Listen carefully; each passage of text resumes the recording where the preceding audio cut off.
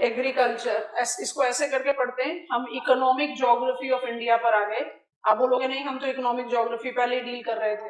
Resource geography ultimately is economic geography, जिसमें कुछ resources हमने डिले किए हुए हैं, like we have not talked about land resources which is mentioned, we have not talked about the resources which is marine, which is has to be with aquatic, that will be taking up into reference one by one.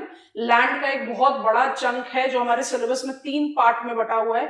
एक resource में लिखा हुआ है, एक agriculture में लिखा हुआ है, फिर एक हमारा कंटेम्प्रेरी इश्यूज में लिखा हुआ है। वो आज हमारे स्टडी प्लान में आ जाएगा। तो लैंड रिसोर्स हमारा फुली कवर हो जाएगा।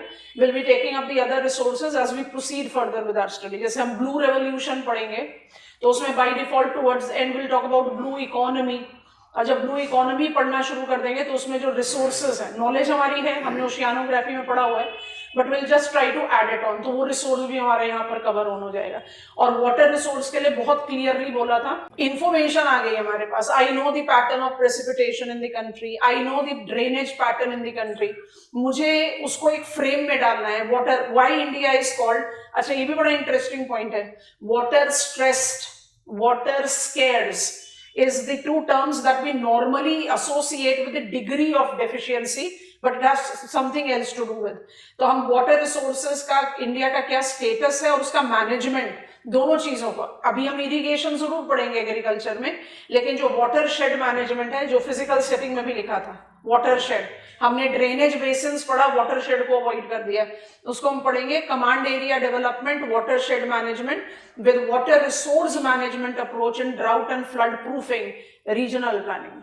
तो जहां पर जो अप्रोप्रिएटली फिट हो, जो मेरे कंटेंट को, क्योंकि आप ऐसे सोच कर देखो ना कि अगर मुझे ट्राइबल एरिया डेवलपमेंट पढ़ना है तो मुझे सबसे पहले क्या पता होना चाहिए कि इंडियन शेड्यूल्ड ट्राइब पॉपुलेशन की कैरेक्टरिस्टिक्स क्या है। ट्राइबल एरिया डेवलपमेंट लिखा हुआ है रीजनल प्लानिंग में, और हमारे पेपर 2 में टॉपिक का नाम पॉपुलेशन ज्योग्राफी नहीं है, कल्चरल सेटिंग है, और कल्चरल सेटिंग में है major tribes and their problems. तो major tribes and their problem हम कल्चरल सेटिंग में ना पढ़कर रीजनल प्लानिंग में पढ़ते हैं। मेरा इंट्रोडक्शन आ गया ना कि मेरे पास एक एंड पर कौन से ट्राइबल पॉपुलेशन है, Mizos and Nagas and Negis who are majorly mainstream, और दूसरे एंड ऑफ द कंटिन्यूम में मेरे पास कौन से ट्राइबल पॉपुलेशन है, Jarawas, Shompens, Kukis, Lohitas, they are extremely primitive. तो जब आप 2 कैटेगरीज ऑफ ट्राइबल पॉपुलेशन को पिकअप कर लेते हो तो आपको समझ में आ जाता है ना कि ट्राइबल एरिया डेवलपमेंट प्रोग्राम इतना कॉम्प्लिकेटेड क्यों है, why it has to be extremely flexible, क्योंकि इसका जो टारगेटेड ऑडियंस है वो बहुत ही डाइवर्स है। तो जहां से जैसे समझने में आसानी हो, सिलेबस के सारे पॉइंट्स हम बाय डिफॉल्ट कवर करते हैं। So we are beginning with economic geography of India. Unlike paper 1, यहाँ पर आपके पास 3 अलग अलग टॉपिक्स हैं और लगभग सब कुछ in regards to Indian agriculture, in regards to Indian industry, in regards to Indian trade, transport and communication है जो हमें पढ़ना है। तो हम इसको ऐसे कह रहे हैं इकोनॉमिक ज्योग्राफी 3 पार्ट्स, एग्रीकल्चर से शुरू करेंगे, इंडस्ट्री से प्रोसीड करके फिर ट्रेड, ट्रांसपोर्ट, कम्युनिकेशन करेंगे। सिलेबस हर साल अपडेट नहीं होता, तो there are many things which are not mention in syllabus, but ये ऐसे टॉपिक्स हैं कि जिसमें अपडेशन सारे ही टॉपिक्स में हमें चाहिए होता है। ज्योग्राफी इज कंटेम्प्रेरी, बट यहाँ पर बहुत सारी ऐसी चीजें हैं जिनको आपने बाय डिफॉल्ट ऐड ऑन करना है।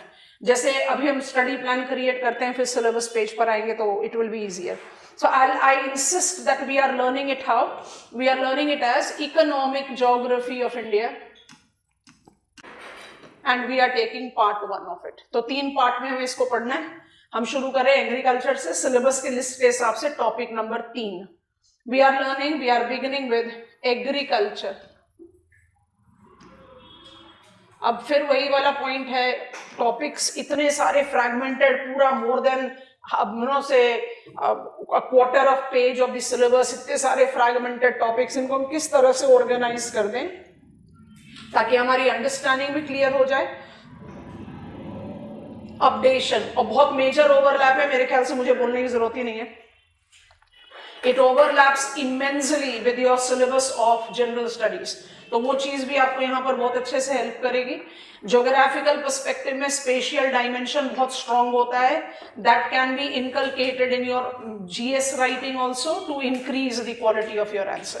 तो प्लान आउट करते हैं एग्रीकल्चर की स्टडी हम कैसे शुरू करेंगे। Let me not write number है, क्योंकि मुझे नंबर के सीक्वेंस में आपको स्टडी प्लान डेवलप कराना है।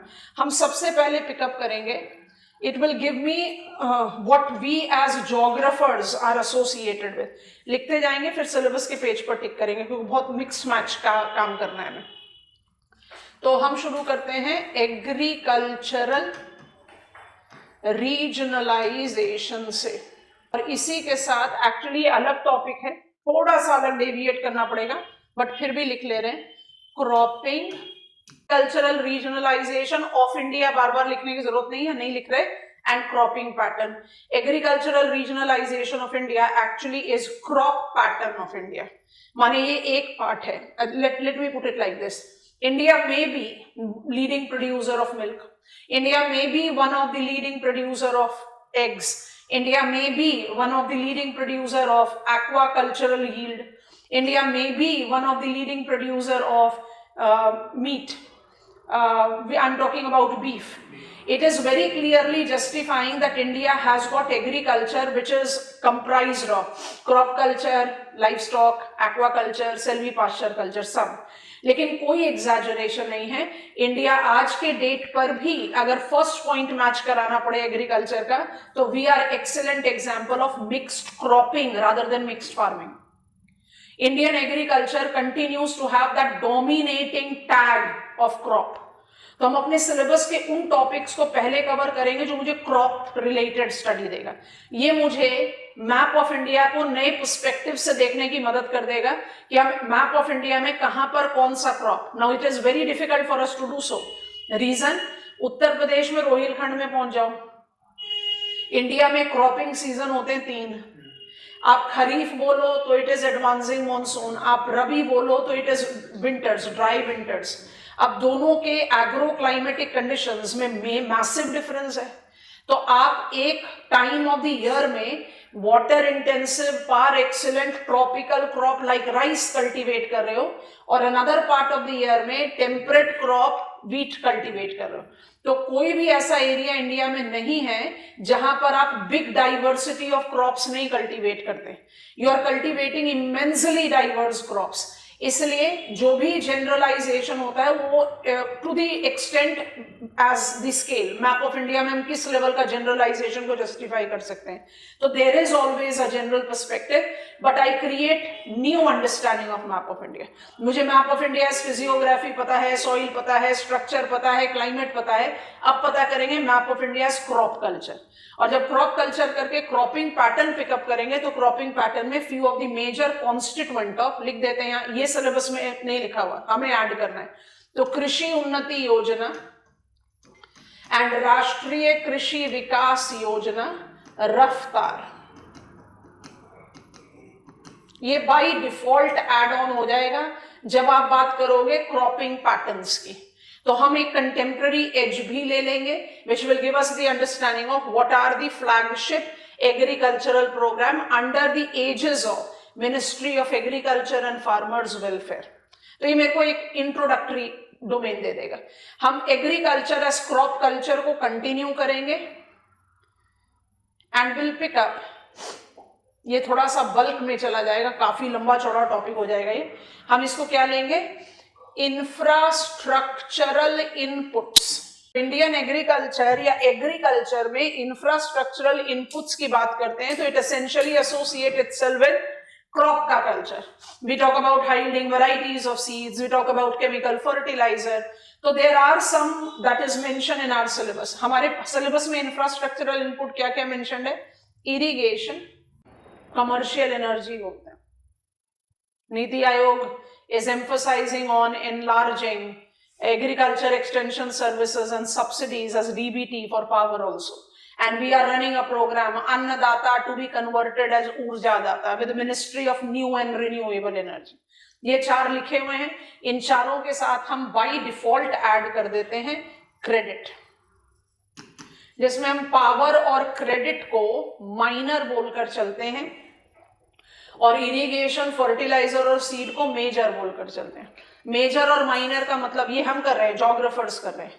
मेजर और माइनर का मतलब ये नहीं है कि इंपॉर्टेंस किसी की कम है। आप खुद ही सोचो ना, मेरे हाथ में लिक्विडिटी नहीं होगी, मेरे हाथ में पैसा नहीं होगा, how will I go to the market to acquire even the subsidised fertiliser?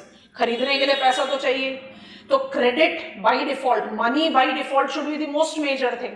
हम मनी को, क्रेडिट को माइनर में रखकर चलेंगे। क्यों रखकर चलेंगे? क्योंकि ज्योग्राफिकली मेजर इंफ्रास्ट्रक्चरल इनपुट उनको कहा जाता है जिसका स्पेशियल स्प्रेड इतना है कि आप रीजनल कंपैरिजन ले सको। Punjab Haryana has got this level, Tamil Nadu Andhra Pradesh has this level versus north eastern region have got this level, जहां पर आप एक ज्योग्राफिकल कंपैरिजन कर सकते हैं। Don't forget we have to learn it from the geographical perspective. तो जिन जिन इनपुट्स के साथ आप कंपैरिजन ले सकते हो, जिनका स्पेशियल स्प्रेड इतना है, उनको आप बोलते हो मेजर।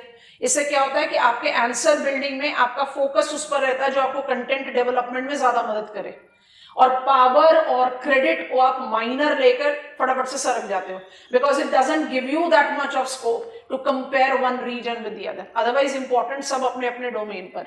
जैसे आप इंफ्रास्ट्रक्चरल इनपुट करते हो, यहां पर एक एडिशन आ जाएगा। I have to take it up as topic number 3, but इस टॉपिक नंबर 3 को हम इधर लिखते हैं।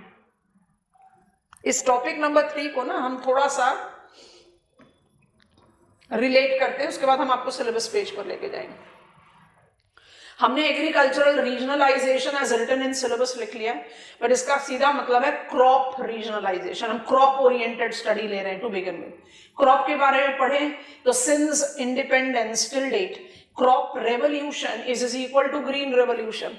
ग्रीन रेवोल्यूशन पर अभी तक हम पहुंचे नहीं है। हम सिंपल बात करेंगे इरिगेशन, फर्टिलाइजर एक्सेट्रा। अच्छा, हमने पढ़ लिया irrigation is available as per the latest data with us some 55% of the crop area is now irrigated. तो मेरे पास 45% ऑफ एरिया है जो रेन फेड है, तो 55% जो इरिगेटेड है उसमें इरिगेशन के कौन कौन से मीन्स है, तो मतलब you can keep on deviating.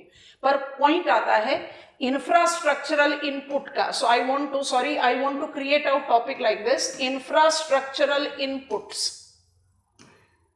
Impact, role क्या होता है इनका। अगर किसी जगह पर इंफ्रास्ट्रक्चरल इनपुट फेवरेबल है, किसी जगह पर इंफ्रास्ट्रक्चरल इनपुट लेस डिफ्यूज्ड है, इसका इंपॉर्टेंस, इसका इन्फ्लुएंस क्या आता है, क्या इंपैक्ट है। इस इंपैक्ट में मुझे मेरे सिलेबस के बहुत सारे टॉपिक्स कवर करने में मदद मिलेगी। अब लिख रहे हैं उनको। इन इंपैक्ट्स के लिए आप पढ़ोगे एग्रीकल्चरल इंटेंसिटी, इसको क्रॉपिंग इंटेंसिटी भी बोलते हैं, वो हम लिख देंगे जब हम इस टॉपिक पर पहुंचेंगे। बी एग्रीकल्चरल प्रोडक्टिविटी, ये सब अपने आप में full फ्लेजेडली topic, question related topics हैं। बट ये सब क्या करते हैं, ये सब अगर आप ऑर्गेनाइज कर दो ना तो आपका कंटेंट बिल्डिंग इतना वेल फ्रेम्ड हो जाता है, फ्रैगमेंटेड नहीं रहता। अच्छा, इसके बाद स्टार मार्क एग्रीकल्चरल कैपेबिलिटी, जिसके साथ हम क्रॉप कॉम्बिनेशन रीजन्स के बारे में बात करेंगे। सिलेबस में एग्रीकल्चरल कैपेबिलिटी कहीं नहीं लिखा हुआ, लैंड कैपेबिलिटी लिखा हुआ है, और आधे से ज्यादा बच्चे लैंड कैपेबिलिटी और एग्रीकल्चरल कैपेबिलिटी को सिनोनिमस टर्म मार्क के क्वेश्चन पेपर में कर देते हैं ब्लंडर। हमें वो ब्लंडर बिल्कुल भी नहीं करना, क्लैरिटी के साथ चलेंगे तो चीजें आसान रहेंगी। मतलब जब आप कर रहे हो ना infrastructural inputs in Indian agriculture, तो इंफ्रास्ट्रक्चरल इनपुट का इंपैक्ट क्या है। It impacts agricultural intensity, it impacts agricultural productivity. Productivity तो हम लोग बहुत कॉमनली अप्लाई करते हैं। What is productivity? Output per unit area, kilograms per hectare, quintals per hectare, इसी तरह से मेजर किया जाता है। इंटेंसिटी बड़ा इंटरेस्टिंग एक्सप्रेशन है और दोनों हमारे सिलेबस में। एग्रीकल्चरल कैपेबिलिटी नहीं है लिखा हुआ सिलेबस में, बट क्रॉप कॉम्बिनेशन रीजन लिखा हुआ। चलो देखते हैं सिलेबस में, टिक करते हैं। हमने 3 स्टेप्स आपको दे दिए। थर्ड स्टेप का हेडिंग हमने अपने आप बनाया है, ऐसा कोई भी हेडिंग आपको सिलेबस के पेज पर नहीं दिखने को मिलेगा। I slightly more zoom it up, I think it is visible any case. Mark करोगे, थोड़ा मिक्स मैच्ड है, it is not coming up in a sequence, so be very cautious and keep on marking that. चलो, हमारा शुरुआत हो रहा है, last line में है एग्रीकल्चरल रीजनलाइजेशन नंबर 1, ठीक हो गया। और सेकेंड लाइन में लिखा हुआ है क्रॉपिंग पैटर्न नंबर 1, ठीक हो गया, टिक कर लीजिए। हमारे स्टडी प्लान में आ गया, कॉरेस्पॉन्ड कर लो, आपके रजिस्टर में आपने लिख लिया है। हमारा स्टेप नंबर 2 क्या है? Infrastructural input. सिलेबस शुरू ही यहीं से हो रहा है, ठीक है। इंफ्रास्ट्रक्चर है, क्या क्या लिखा हुआ है सिलेबस में? It's irrigation we have written, seed we have written, fertiliser we have written, power we have written. ठीक, हम क्रेडिट भी ऐड कर लेंगे साथ में ताकि वो काम भी आसानी से हो जाए। Ultimately it is also an input. अच्छा, इसके बाद हम आ रहे हैं थर्ड स्टेप पर। थर्ड स्टेप एक पॉइंट नहीं है हमारे सिलेबस में, बट उसको मार्क करते, सबको थर्ड मार्क करते रहेंगे।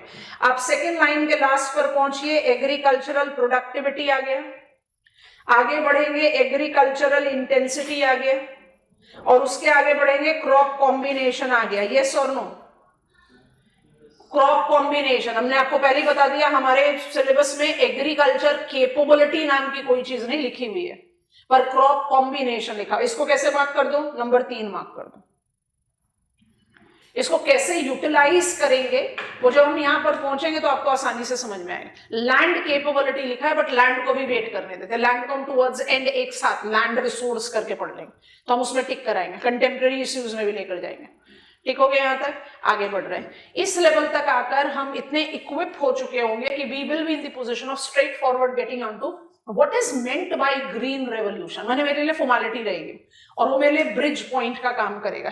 कैसे ब्रिज पॉइंट का काम करेगा? और वहीं पर हमें सॉइल एग्जॉशन, सॉइल कंजर्वेशन को भी ऐड करना है। तो हमारा स्टेप नंबर 4 हो जाएगा green revolution and its impact.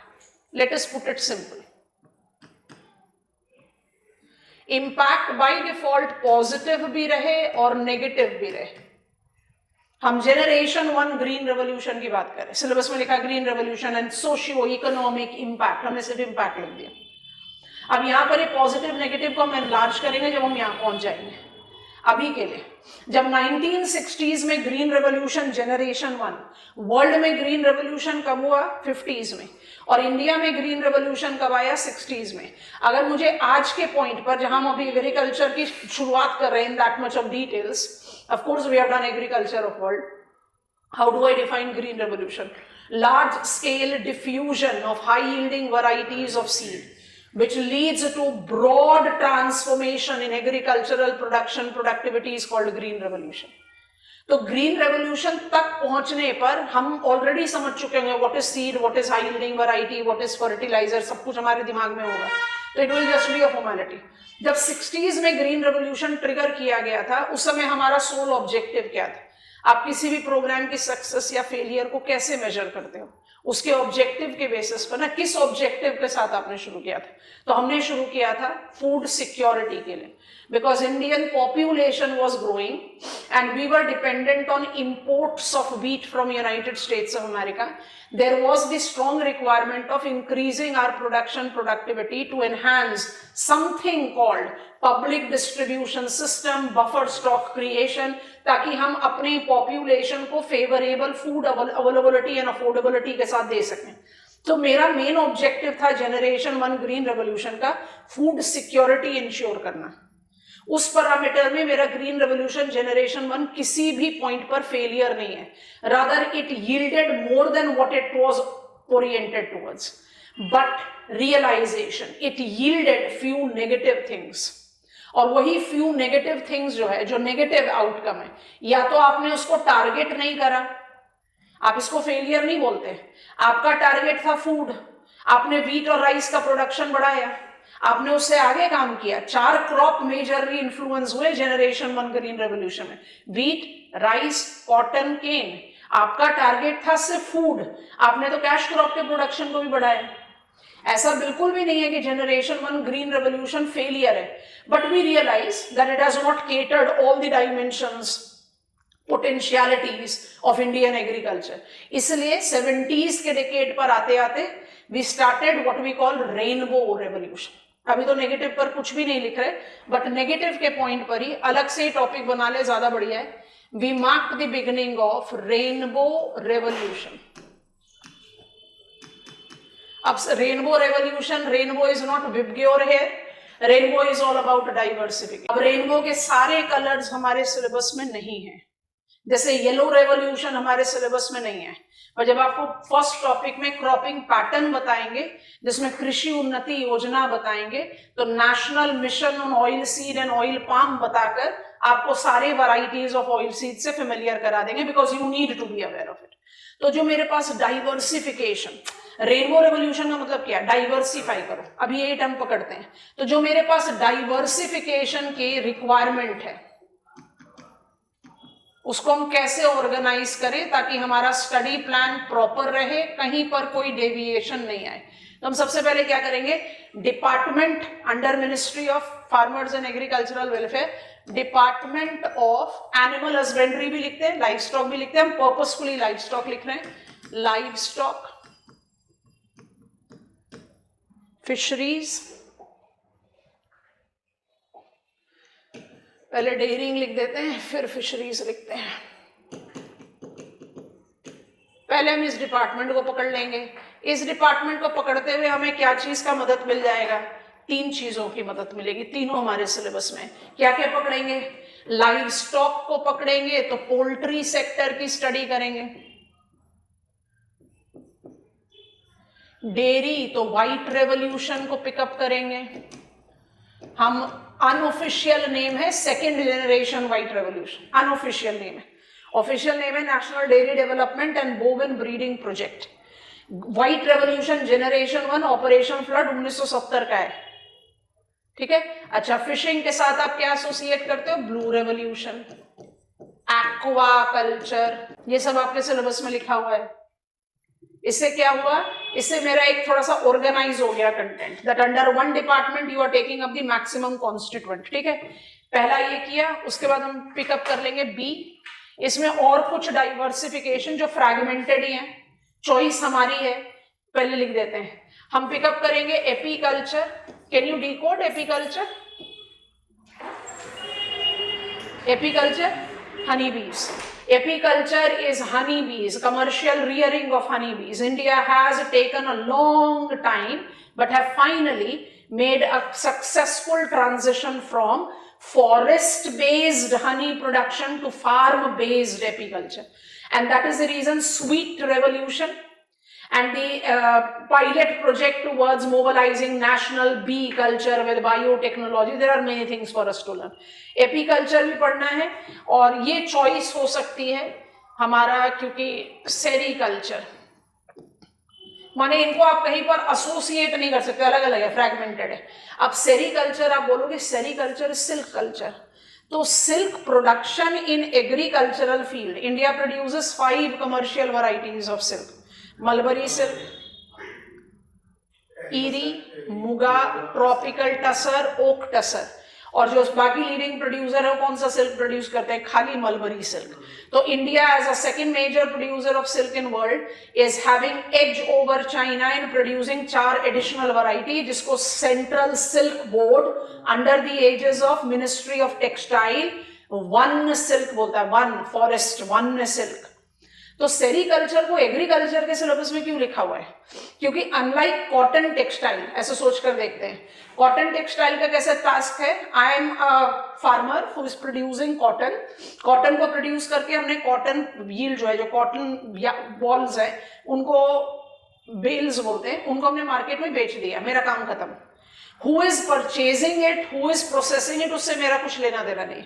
And that is the reason in cotton, which is also tropical fibre crop, cash crop, जिसको आप डायरेक्टली इस्तेमाल नहीं करोगे, प्रोसेसिंग करनी है, वहां पर आप एग्रीकल्चर और इंडस्ट्रीज को बिल्कुल क्लियरली सेग्रीगेट करते हैं।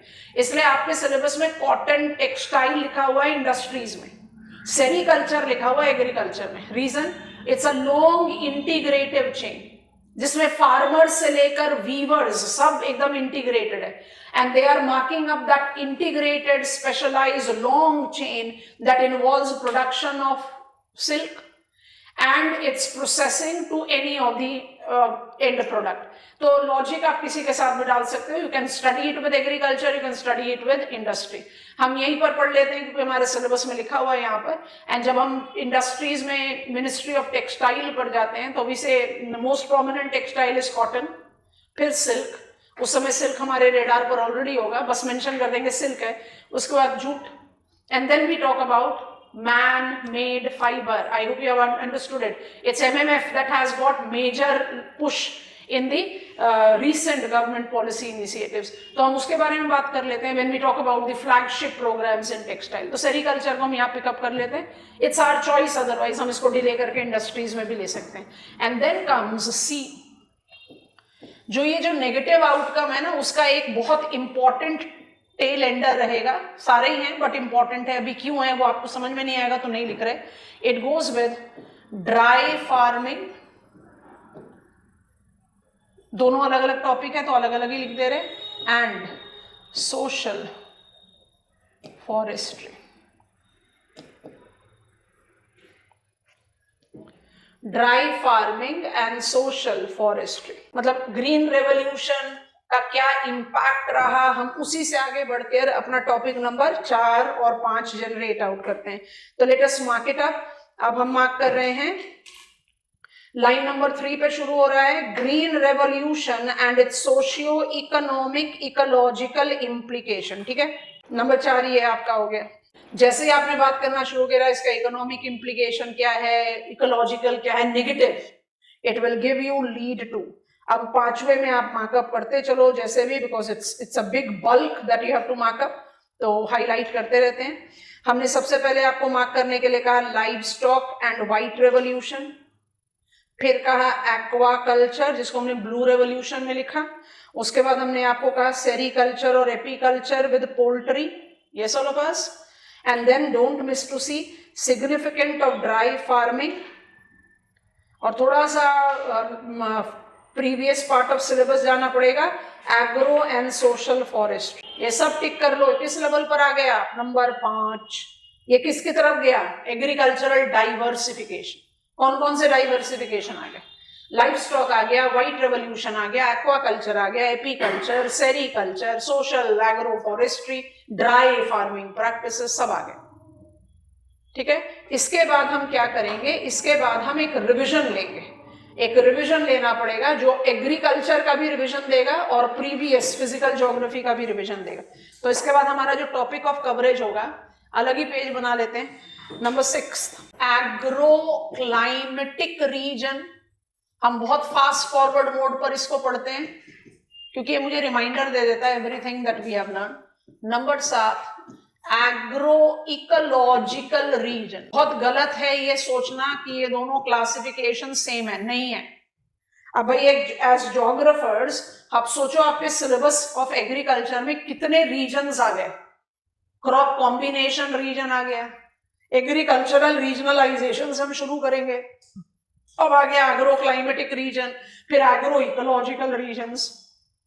किस किस पैरामीटर पर डिस्टिंग्विश्ड हैं, कौन कौन सी कैटेगरी हैं.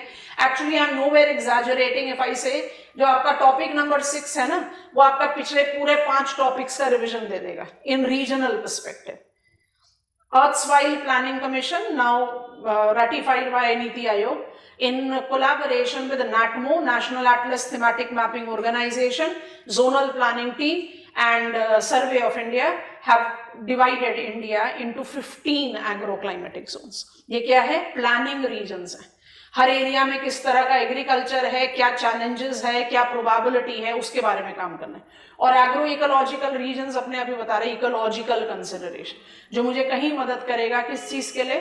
Towards favourable agro climatic regionalisation in terms of what is the potentialities of the agricultural growth. That is how we take up agroecological regions to be associated more with. यहीं पर ही add कर सकते हैं sustainable agriculture, थोड़ा सा extension of the syllabus. 3 types of organic farming, zero budget natural farming, है ना, 4 wheels of that. ये सब कुछ ऐसे एलिमेंट्री चीजें जिनको छोड़ देना गलत हो जाता है, उसको हम टेल एंड में फटाफट से ऐड करके बात करेंगे. ठीक, अच्छा, इसके बाद हम आएंगे and I want to write it as land resource,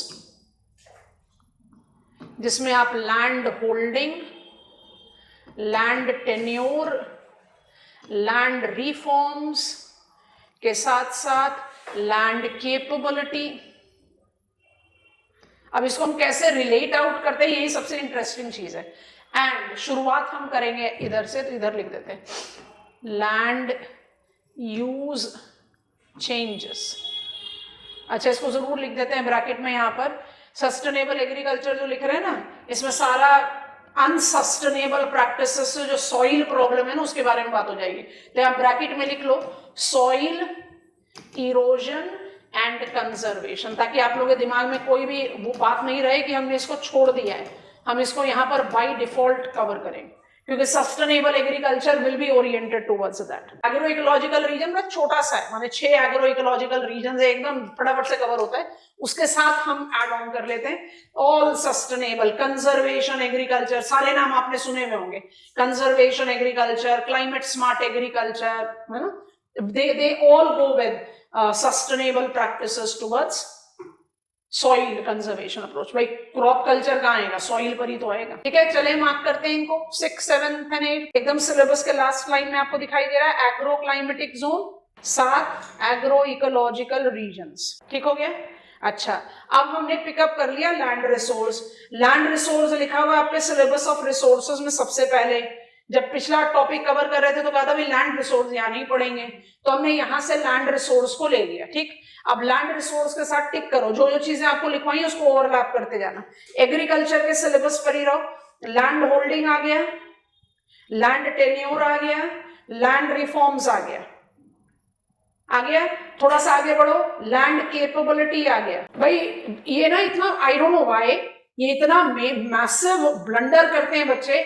आपको हमने स्पेसिफिकली लिखवाया है एग्रीकल्चरल केपेबिलिटी, जिसको हमने कंबाइन किसके साथ किया, क्रॉप कॉम्बिनेशन रीजन। हमारे सिलेबस में एग्रीकल्चरल केपेबिलिटी नहीं लिखा हुआ, हमारे सिलेबस में क्रॉप कॉम्बिनेशन लिखा हुआ है, हमारे सिलेबस में लैंड केपेबिलिटी लिखा हुआ है।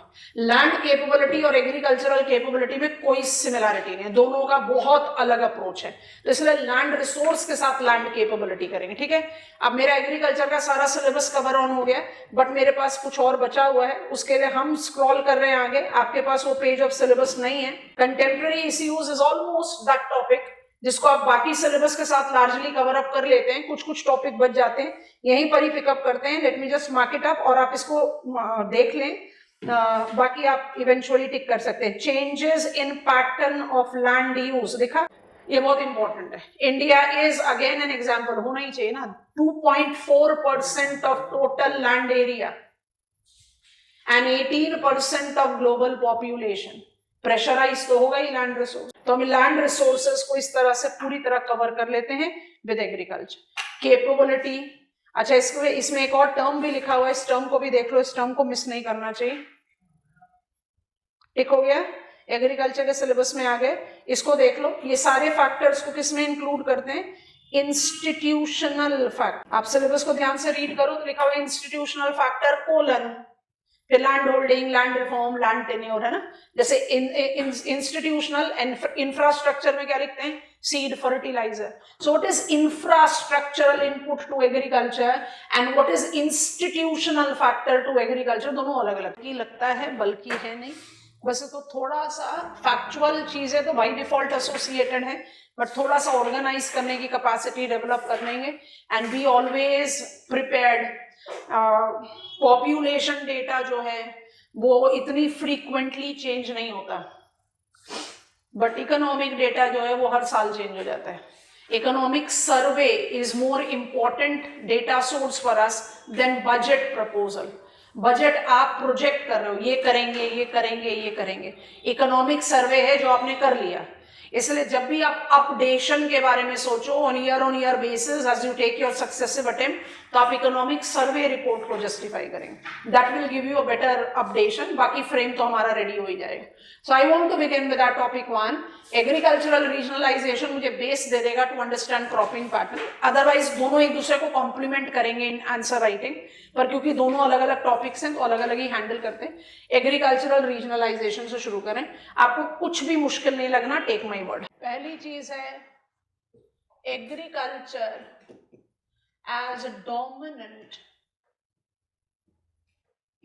क्रॉप कल्चर in India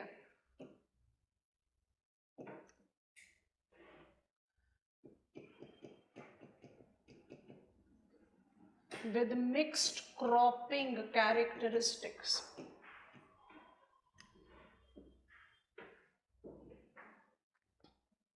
दूसरा है area devoted and remuneration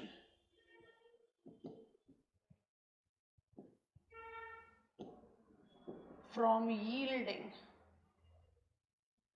certain crop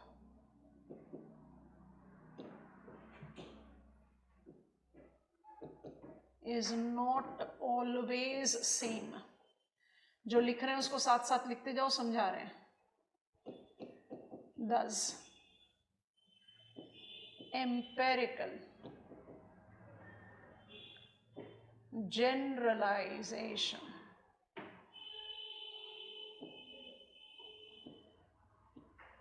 of principal crops cultivated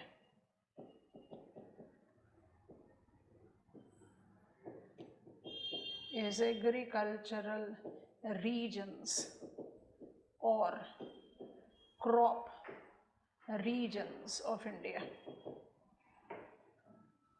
Quickly write it down, समझा देते हैं, फिर आगे बढ़ते हैं. कुछ समय के लिए ना पेन ड्रॉप करो, बहुत ध्यान से सुनो क्या है, उसका 2 मिनट का समय देंगे, दोबारा से रीड कर लेना आपने क्या लिखा है. Indian agriculture is dominantly crop culture. अब धीरे धीरे फिर हम डाइवर्सिफिकेशन की तरफ बढ़ेंगे, but fact is we are working towards making India mixed farming. India अभी तक भी मेजरली मिक्स्ड क्रॉपिंग है. अब इसको जस्टिफाई कैसे करते हैं? मेरे कोर्ट यार्ड में हो सकता है कुछ एनिमल्स बंधे हो, depending on my economic potentiality, buffaloes, cows भी हो सकते हैं, गोट, शीप भी हो सकते हैं, चिकन्स भी हो सकते हैं, कुछ भी हो सकता है. मेरे कोर्ट यार्ड में animals in most of the probability है, लेकिन मेरा सारे दिन भर का क्वालिटी टाइम सबसे ज्यादा कहां जाता है? फील्ड में, to take care of crops that are cultivated. तो मिक्स्ड फार्मिंग और मिक्स्ड क्रॉपिंग में डिफरेंस क्या है? फार्मिंग वो प्रैक्टिस है जहां पर आप इक्वल वेटेज देते हो क्रॉप के अलावा किसी और कॉन्स्टिट्यूएंट ऑफ एग्रीकल्चर को. इंडिया में वो वाला प्रैक्टिस नहीं है. इंडिया में अभी भी क्रॉप को सबसे ज्यादा डोमिनेंस दिया जाता है. It has to do with the fact कि हमारा एग्रो क्लाइमेटिक कंडीशन इतना फेवरेबल है that you can cultivate anything and everything all together. तो हम उसी पर्सपेक्टिव पर इसको बिल्ड कर रहे हैं. India is dominantly crop cultivating countries, पहला ये. दूसरा, क्रॉप कल्टीवेशन में प्रॉब्लम ये है, एग्जाम्पल के साथ समझते हैं, जनरल नॉलेज अप्लाई करो. कौन सा क्रॉप है जो असम के सबसे बड़े एरिया में कल्टीवेट होता होगा? राइस, शाबाश. और कौन सा क्रॉप है असम में जो ज्यादा रेम्यूनरेटिव है, जिससे ज्यादा किसान को फायदा होता है, ज्यादा कमाता है वो? Yes no? आ जाओ महाराष्ट्र में. कौन सा क्रॉप है जो ज्यादा बड़े एरिया में कल्टीवेट होता है? ज्वार. कॉटन रिस्ट्रिक्टेड है. कौन सा ज्यादा रेम्यूनरेटिव क्रॉप है? कॉटन. शुगर केन बेचारे को हमेशा साइड में रखेंगे, उसके पीछे एक रीजन है. शुगर केन की स्टोरी आपको धीरे धीरे समझा देंगे. तो अब ये देखो, ये तो हमने समझ में आ गया क्रॉप कल्चर. इसका जो हमने सेकंड पॉइंट देखा, area devoted and remuneration. Problem क्या है? इंडिया के लगभग हर स्टेट में जिस क्रॉप को आप ज्यादा बड़ा एरिया देते हो, आप कैसे रीजनलाइजेशन करोगे? कौन से क्रॉप को कितना बड़ा एरिया दिया गया? प्रॉब्लम ये हो जाता है कि जिस क्रॉप को बड़ा एरिया दिया गया, हो सकता है कि वो सबसे ज्यादा रेम्यूनरेटिव ना हो, और जिस क्रॉप से ज्यादा रेम्यूनरेशन आ रहा है वो इतना बड़ा एरिया में ना हो. और एज जोग्राफर्स हमारा तो स्पेशियल डायमेंशन बहुत जरूरी है. क्रॉपिंग पैटर्न का मतलब ही होता है temporal and spatial characteristics.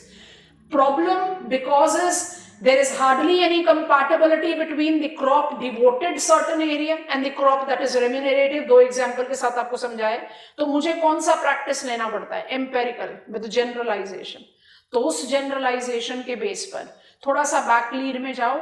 Map of India को इमेजिन करो. ओशियानिक आइलैंड्स को छोड़ देते हैं थोड़ी देर के लिए. मैप ऑफ इंडिया को इमेजिन करो. फिजियोग्राफिकली कितने पार्ट में? 3 पार्ट में. अच्छा, माउंटेन, प्लेन, प्लाट्यू. प्लाट्यू को सॉइल के कंटेक्स्ट में कितने पार्ट में?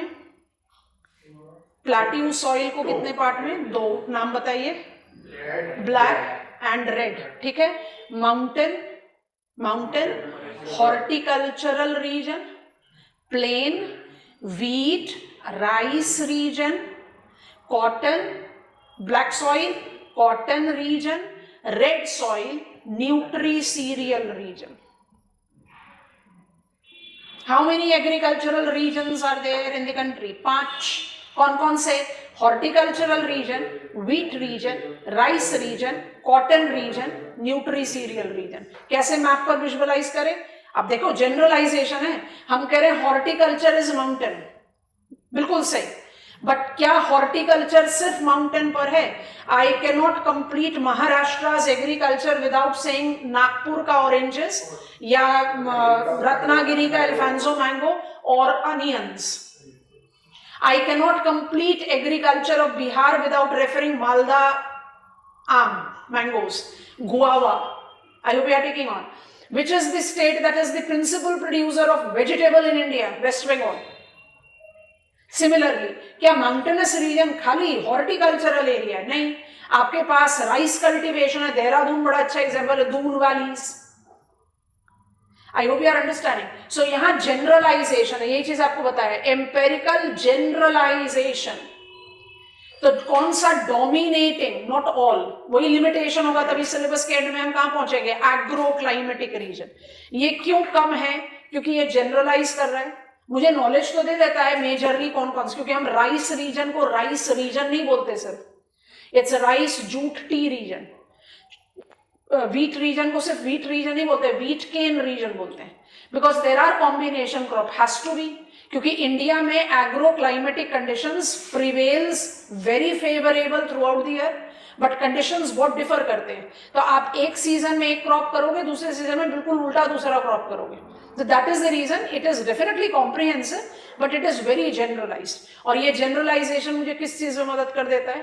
Cropping patterns in India.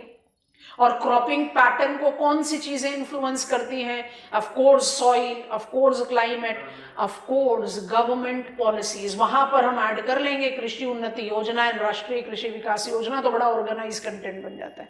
शुरू कर लें, फटाफट से कर रहे हैं. अब इसी के बाद agricultural regions and cropping regions of India. अब ये क्या है, लिस्ट करो जल्दी से, फिर कंटेंट बिल्ड करते हैं. हम मैप पर इसको ड्रॉ करेंगे और आप इसको साथ साथ ऐड ऑन करेंगे. So how many agricultural regions we have? There are 5 agricultural, that is crop regions in India. पहले तो लिस्ट बना लो. नंबर 1, आप किसी भी सीक्वेंस में जा सकते हो, कोई इसका हार्ड एंड फास्ट रूल नहीं है. Horticultural region, that is montane. दूसरा is rice region, that is alluvial, moist lowlands. तीसरा, इसको पूरा ही नाम लिख दे, ज्यादा बढ़िया रहेगा, rice, jute and tea region. अब लिखते हैं तीसरा, wheat cane region. It is alluvial, continental, lowlands. चौथा, cotton region, black soil.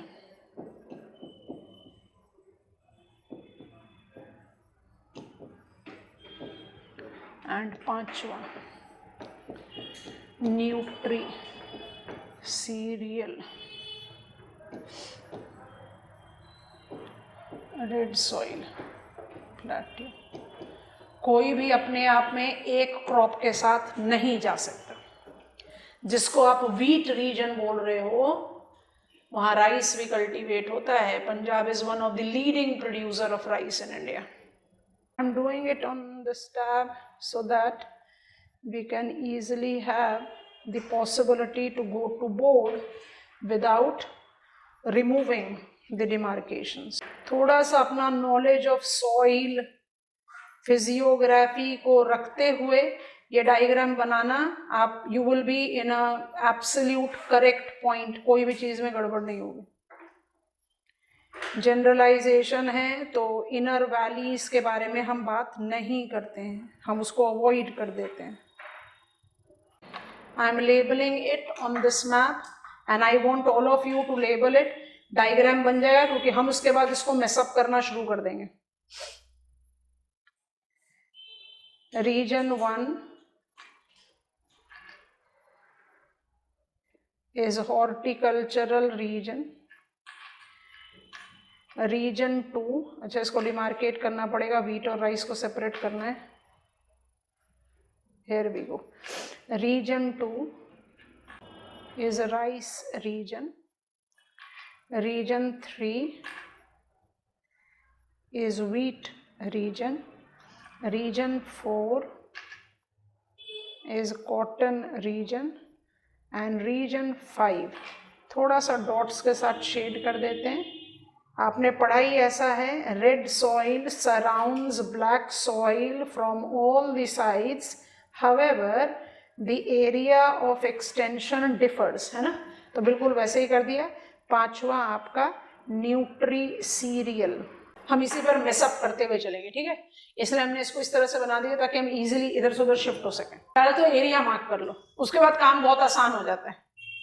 इसके लिए आप क्या करोगे, एक बार अपना क्रॉपिंग मैप ऑफ इंडिया भी खोल कर देखोगे थोड़ी देर में, अभी नहीं, ये आपको बस वार्म अप कर रहा है। एग्रीकल्चर की स्टडी की शुरुआत एग्रीकल्चरल रीजन से करने से क्या फायदा होगा आपको थोड़ी देर में बहुत क्लियरली समझ में आ जाएगा। और एग्रीकल्चर कंक्लूड क्यों करते हैं एग्रो क्लाइमेटिक रीजन पर, जब आप पहुंचेंगे तो you will be convinced. Physiography, climate, soil. अच्छा ध्यान से देखो, मरुस्थली और रन को आउट कर रखा है, मरुस्थली और रन आउट है, क्या करते हैं उनको अलग ही शेड दे देते हैं। They are not included in agricultural region, not considered, they are not considered, अलग हटा। मरुस्थली और रन कंसिडर्ड नहीं है।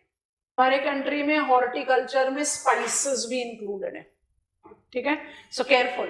What is horticultural region of the country? Horticultural regions of the country, अब ऐसा करते हैं, खुद क्विक पॉइंटर्स बनाते हैं, उसको लिखते जाते हैं, फिर मैप पर दोबारा आते हैं। मैप बन गया, हम मैप पर दोबारा से आएंगे, ठीक है, लोकेशन क्लियर हो जाए ना तो फिर कंटेंट बिल्डिंग में बड़ी आसानी से काम हो जाता है। माउंटेन रीजन पर आपने नोटिस कर लिया कि हमने हिमालयाज और पूर्वांचल सबको इंक्लूड करा है, इंक्लूडिंग मेघालयन अपलैंड, माने सारे अपलैंड को नॉर्थ ईस्ट में कर लिया, खाली ब्रह्मपुत्र बेसिन को अलग निकाल के रखा था, ठीक है। So what is horticulture as mountain, यहीं पर कोशिश करते हैं जितना एडजस्टमेंट हो जाए। Horticulture as mountain is identified with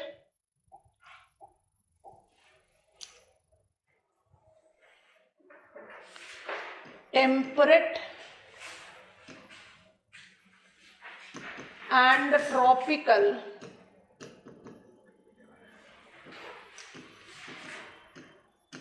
apple, pear, plum, saffron,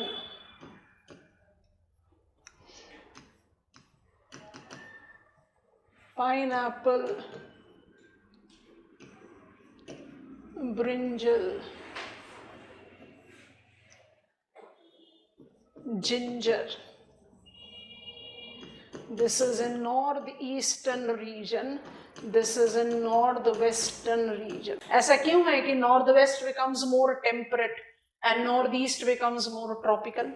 height की वजह से, कॉन्टिनेंटैलिटी, शाबाश, कॉन्टिनेंटैलिटी। हाइट का फैक्टर कभी भी मिसलीडिंग रेफरेंस पर नहीं लेना, क्योंकि आप नॉर्थ ईस्ट हिमालयास को भी इंक्लूड कर रहे हो, कंचनजंगा यहीं पर ही है। More I go to Ladakh, Jammu and Kashmir, Himachal Pradesh and Uttarakhand, it will be more of temperate agriculture. अब इसमें वेजिटेबल में लिखना चाहो तो पोटैटोज लिख सकते हो, ब्रिंजल कैबेज जाएगा ट्रॉपिकल में। तो I have got horticulture, horticulture as its characteristics truly agreed, it is definitely not complete, but it is what is the characteristics. And interesting point जो नीति आयोग कह रहा है, what is the potentialities of sustainable agriculture in mountainous region, it talks about, ध्यान से सुनना, धीरे से बोल रहे हैं, lower lesser in volume more in value agriculture. कौन सा एग्रीकल्चर होगा? हॉर्टिकल्चर ही होगा। जहां पर आप राइस व्हीट भी कल्टीवेट कर रहे हो वहां पर भी आप हॉर्टिकल्चर करो, क्योंकि it will be giving you more probability to grow beyond hand to mouth living. Area नहीं है ना, फ्लैट एरिया नहीं है, लैंडस्लाइड प्रोन एरिया है, हजार्ड प्रोन एरिया है। If you will continue to cultivate wheat and rice तो आपका hand to mouth living ही रहेगा। उससे बेटर है कि आप उस तरह के क्रॉप्स कल्टीवेट करो जो आपको ज्यादा वैल्यू दे, उनको मार्केट में सेल करके आप अपना व्हीट राइस खरीद सकते हैं। तो प्रैक्टिस भी वही है, we are targeting to make it a dedicated horticultural region. Fruits, flowers, vegetable, जानबूझकर सैफरन और जिंजर लिखा है क्योंकि इंडिया में हॉर्टिकल्चर इंक्लूड स्पाइसेस। हो गया, आसान काम था, डन। अब क्या करो, मैप ऑफ इंडिया खोलो, 2 कंसेक्यूटिव पेजेस हैं, crops of India, crops of India. अब आप ना एक जो चीज आपको समझाना चाह रहे हैं इस टॉपिक के रेफरेंस पे, उसको थोड़ा सा पकड़ने की कोशिश करो। उसके बाद फिर 10 मिनट का काम है, हम फटाफट सारे कंटेंट क्रिएट कर लेंगे। अब करें क्या, अब आप कोई भी एक पैच पकड़ लो, आप पकड़ लो उत्तर प्रदेश, वेस्टर्न उत्तर प्रदेश को पकड़ो, पकड़ लिया western Uttar Pradesh. Western Uttar Pradesh Rohilkhand plane, पहला मैप व्हीट है, वहां व्हीट प्रोडक्शन हो रहा है। दूसरा मैप राइस है, वहां राइस प्रोडक्शन हो रहा है, दिख रहा है कि नहीं। तीसरा आपका पल्सेस है, वहां पल्सेस प्रोडक्शन हो रहा है, आर यू नोटिसिंग। अच्छा, चौथा मैप आपका न्यूट्री सीरियल शुरू हो गया, ज्वार बाजरा आना शुरू हो गया, आपका ज्वार भी प्रोडक्शन हो रहा है, बाजरा का भी प्रोडक्शन हो रहा है, आर यू नोटिसिंग इट। मेज, बार्ले का भी प्रोडक्शन हो रहा है। बस यही पर ही रुक जाते हैं। हम कहना क्या चाह रहे हैं, एक फील्ड, एक सीजन, मोर देन एक crop, and India has got 3 cropping season.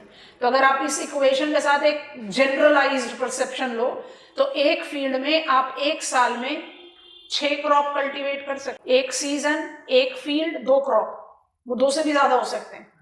Come on, inter cropping, you are aware of mixed cropping. आप ऐसा इक्वेशन लेकर चलो कि मेरे पास 3 क्रॉपिंग सीजन है, rabi, kharif, zaid. Rabi is dry winters, kharif is advancing monsoon and zaid is dry summers. ठीक है, मेरे पास 3 क्रॉपिंग सीजन है, मैं अपनी एग्रीकल्चरल फील्ड को 3 टाइम्स पर ईयर कल्टीवेट कर सकती हूँ। इसका मतलब एक एग्रीकल्चरल फील्ड में साल में 3 क्रॉप तो हो ही गए। फिर India has possibility of inter cropping. Inter cropping को भी आप बेसिक मिनिमल में लो कि एक सीजन, एक फील्ड, 2 क्रॉप, जो इन ऑल केसेस पॉसिबल नहीं है क्योंकि maximum of land holding in our country is what, marginal 1 hectare है। 1 हेक्टेयर में आप 2 क्रॉप एक टाइम में कैसे ग्रो करोगे, बट फिर भी एक जनरल इक्वेशन ले रहे हैं। तो आप मान लीजिए कि वी आर कल्टीवेटिंग 2 क्रॉप्स पर सीजन, तो आप एक साल में 6 क्रॉप कल्टीवेट कर रहे हो। हमने एक शुरू के कुछ मैप्स लिए, मेरा फील्ड अगर रोहिलखंड में है तो व्हीट भी प्रोड्यूस हो सकता है, राइस भी प्रोड्यूस हो सकता है, मेज, बार्ले, बाजरा, रागी, सब कुछ प्रोड्यूस हो सकता है। Point is it can not be only one. तो ये जो अब आपकी लिस्ट आ रही है ना, इसमें बहुत मैसिव जनरलाइजेशन है और उसी जनरलाइजेशन को आपने जज करना है। आपको ये नोटिस करना है कि ये जो मैप आपके स्कूल एटलस में है, ये आपको बता रहा है which are the areas devoted to rice, wheat and every other crop. हम ये नहीं पढ़ रहे, हम पढ़ रहे हैं which is the crop that is giving us the dominating characteristics in a given location. जैसे जब हम कहें राइस रीजन, हमारा नेक्स्ट राइस रीजन है, तो हम राइस रीजन को कहां से डिमार्केट कर रहे हैं। फर्स्ट 2 मैप्स को कंपेयर करो प्लीज। राइस का डोमिनेटिंग कल्टीवेशन ईस्ट पर है, वेस्ट पर राइस जहां थोड़ा वीक होता जा रहा है वहां व्हीट डोमिनेंट हो जाता है। रोहिलखंड से पंजाब हरियाणा जाओगे तो राइस होता जाता है weak. Of course in terms of quantity of production Punjab में भी डोमिनेंस है, बट व्हीट का डोमिनेंस वहां बढ़ गया, और जहां व्हीट होता जाएगा वीक वहां राइस का डोमिनेंस बढ़ेगा। आर यू नोटिसिंग कि व्हीट तो मुझे बिल्कुल ही मिसिंग दिख रहा है वेस्ट बंगाल में, असम में, southern coastal planes of India में। चलो इसी क्वेश्चन का आंसर दे दो बच्चों, फिर हम आगे बढ़ते हैं। In northern plains of India, as I travel from east to west, I find dominating rice production getting converted to dominating wheat production. It is because, खबरदार जो डिसअपॉइंट किया तो प्रेसिपिटेशन आप बोल रहे हो, कौन से सीजन का प्रेसिपिटेशन बोल रहे हो। Because more I go towards west, I become more continental and winters I develop the desired temperature to cultivate the temperate crop. उसके बाद आप बोलो वेस्टर्न डिस्टर्बेंस का बेनिफिट भी है। I hope you are getting it. So when I say wheat region, I mean Punjab, Haryana, Ganganagar, देखो ध्यान से, वेस्टर्न मध्य प्रदेश को भी इंक्लूड कर रहे हो, ईस्टर्न राजस्थान को भी इंक्लूड कर रहे हो। वीट का डोमिनेंस खत्म होता जा रहा है गंगा प्लेन में towards Bihar and then West Bengal. क्यों? कॉन्टिनेंटलिटी जैसे से खत्म होती जाएगी, टेम्परेचर ही फेवरेबल नहीं रहेगा। I don't cultivate wheat anywhere in peninsula, क्योंकि पेनिनसुला में विंटर इतना डिफाइन होता ही नहीं। लॉजिक है ना, इस तरह से समझना है। अच्छा, अब इसके बाद क्योंकि हमने आपको 2-3 चीजें ओवरलैप में लिखवाई है, आप केन को जरा ध्यान से देखें, शुगर केन का मैप देखें। हम धीरे धीरे आपको शुगर केन की स्टोरी सुनाएंगे। शुगर केन के मैप पर कंसंट्रेट करो। Year on year basis rank of state बदलता रहता है, तो हम रैंक की बिल्कुल भी बात नहीं कर रहे, हम आपको कंसंट्रेट करने के लिए कह रहे हैं the area in which sugar cane is cultivated. आप देखोगे कि शुगर केन का कल्टीवेशन पेनिनसुला और एक्स्ट्रा पेनिनसुला सब में काफी ब्रॉड बेल्ट पर होता है। यस नो, काफी बड़े एरिया में हो रहा है। इतना बड़ा एरिया कि शुगर केन के कल्टीवेशन एरिया को हम मैच करते हैं राइस के कल्टीवेशन एरिया से।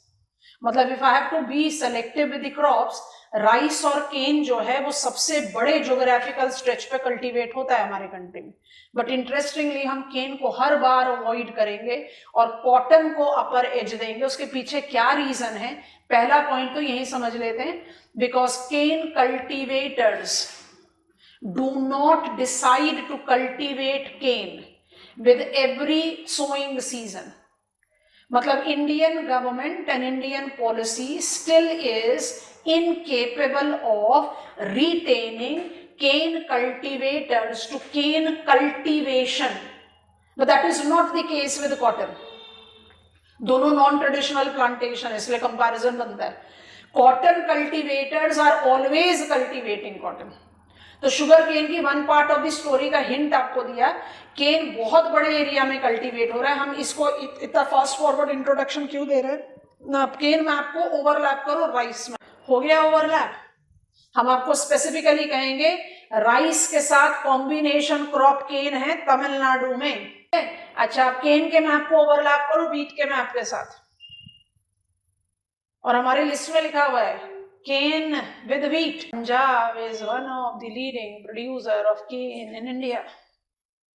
हम कहना क्या चाह रहे हैं? राइस के साथ भी आप केन कल्टीवेट कर रहे हो और वीट के साथ भी आप केन कल्टीवेट कर रहे हो। It's very very difficult for us to be absolute. तो ये बड़ा जनरलाइज क्लासिफिकेशन है, बट बहुत इंपॉर्टेंट है। इस मैप को अपने सामने खुला रखो, इवेंचुअली जरूरत पड़ेगी तो दोबारा देखेंगे। आगे बढ़ रहे हैं। We are talking about rice region. Characteristics list में लिख दिया था, अलूवियल मॉइस्ट लोलैंड। हम अलग पेज पर जा रहे हैं। इसको बोलते हैं rice, jute and tea region because required agroclimatic condition is same. Difference: tea needs well drained soil, thus is always in gently slopy areas. आप लोगों ने देखा होगा टी एस्टेट्स को हमेशा जेंटली एंड्यूलेटिंग स्लोपी रीजन पर होते हैं। कर क्या रहे हैं?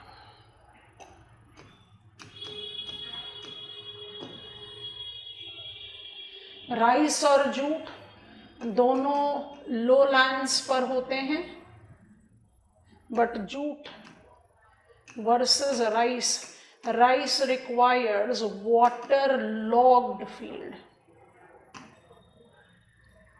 नो सच रिक्वायरमेंट है।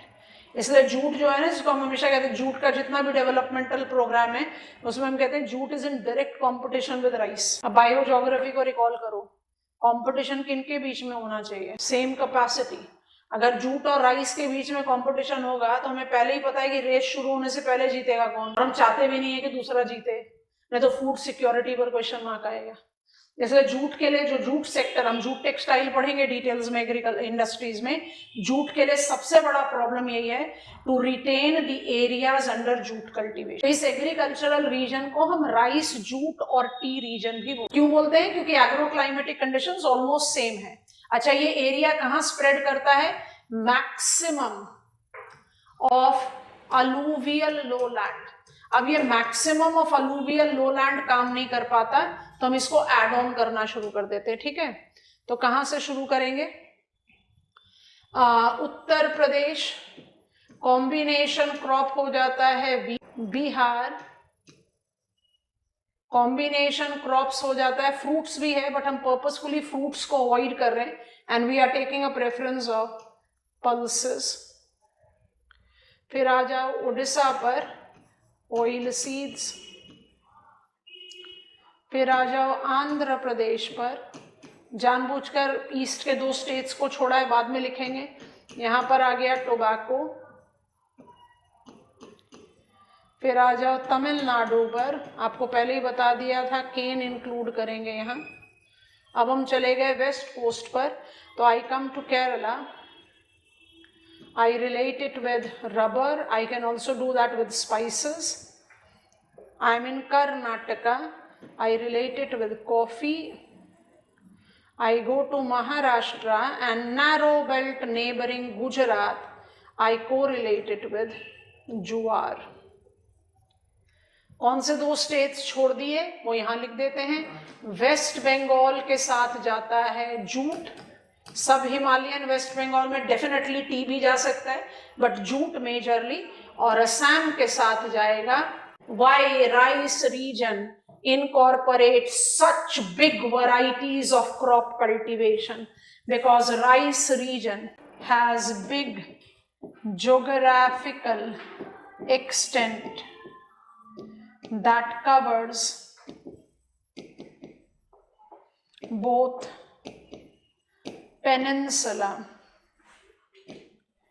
And extra peninsula. आप कहते हो rice, tea, jute region, but rice के साथ आप खुद ही, आपको हमने 2-3 मैप्स ओवरलैप करवाए हैं जहां पर राइस कल्टीवेट हो रहा है। कहाँ हो रहा है?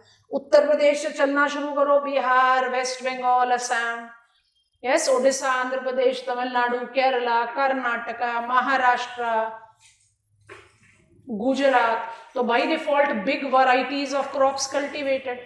क्या रीजन है कि राइस के साथ इतनी वैरायटीज ऑफ क्रॉप कल्टीवेटेड है? क्योंकि ये बड़े एरिया में स्प्रेड है। इसको क्यों फिर राइस केन या राइस टोबैको रीजन नहीं बोलते? क्योंकि टी और jute requires same conditions as rice. जो माइनर डिफरेंस है वो हमने लिख लिया है। इजी गोइंग टॉपिक है, ज्यादा मुश्किल नहीं है, तो ज्यादा बर्डन भी नहीं लेना है। डिस्क्रिप्टिव है, of course it is too generalised. Indian agriculture इतना जनरल नहीं है, कॉम्प्लिकेशंस है, वो हम धीरे धीरे बढ़ाते जाएंगे। आगे बढ़ जाए, फिर मैप पर लेकर आएंगे। What is the name of तीसरा रीजन? व्हीट। व्हीट रीजन कहाँ कन्फाइंड है? व्हीट रीजन को व्हीट और केन रीजन बोलते हैं and wheat cane region is confined in the restricted continental. Continental लिखने से ना थोड़ा सा ज्यादा स्कोप मिल जाता है। Continental alluvial region. तो आप इसको कौन कौन से स्टेट्स में स्प्रेड कर रहे हैं? आप इसमें पंजाब इंक्लूड कर रहे हैं, हरियाणा इंक्लूड कर रहे हैं and you are also including northern Rajasthan, Ganganagar. आप कह रहे हो इसको wheat. Why it is wheat region? Because prevailing continentality avails winter temperature to cultivate temperate crop,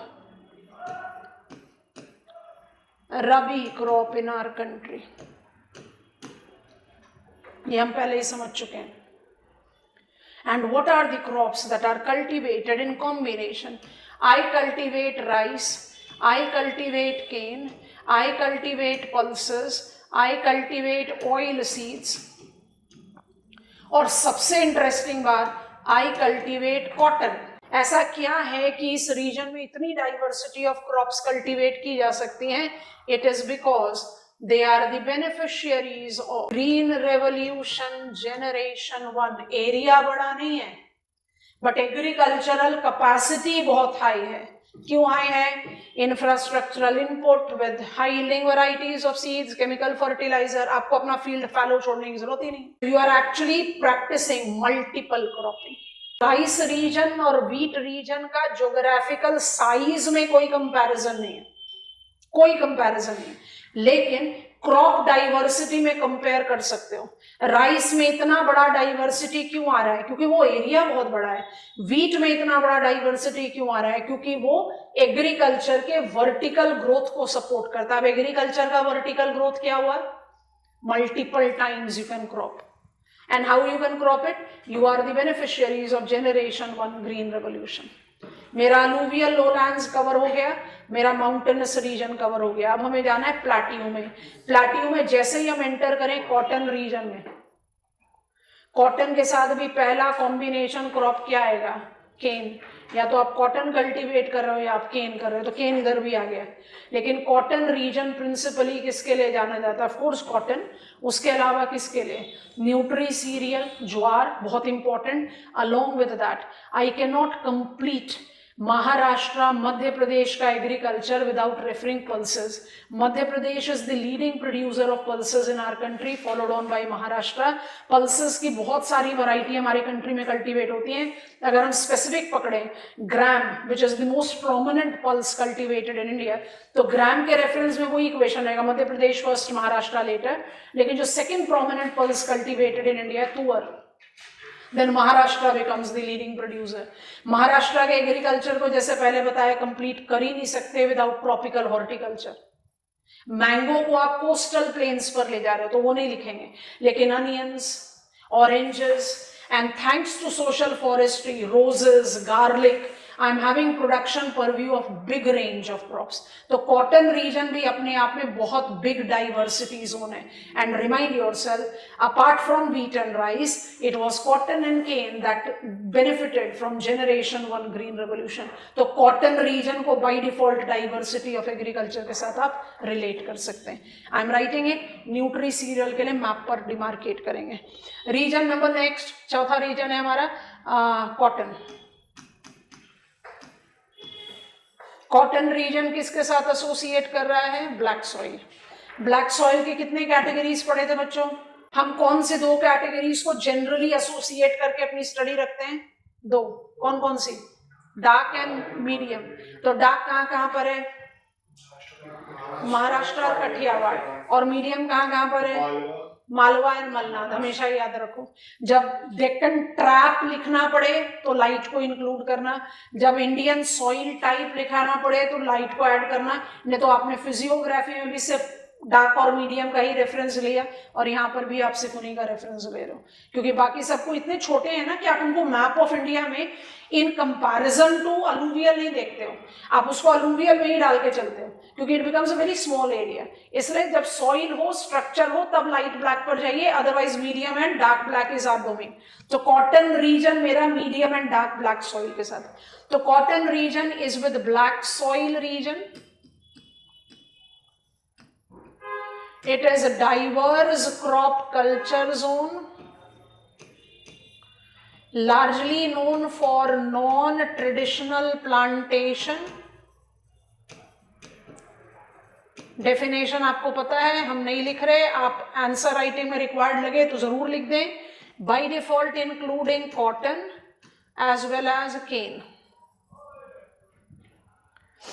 It is also mixed cropping zone par excellence, wherein we are having cultivation of nutri cereal like jowar, horticultural crops like onion, oranges,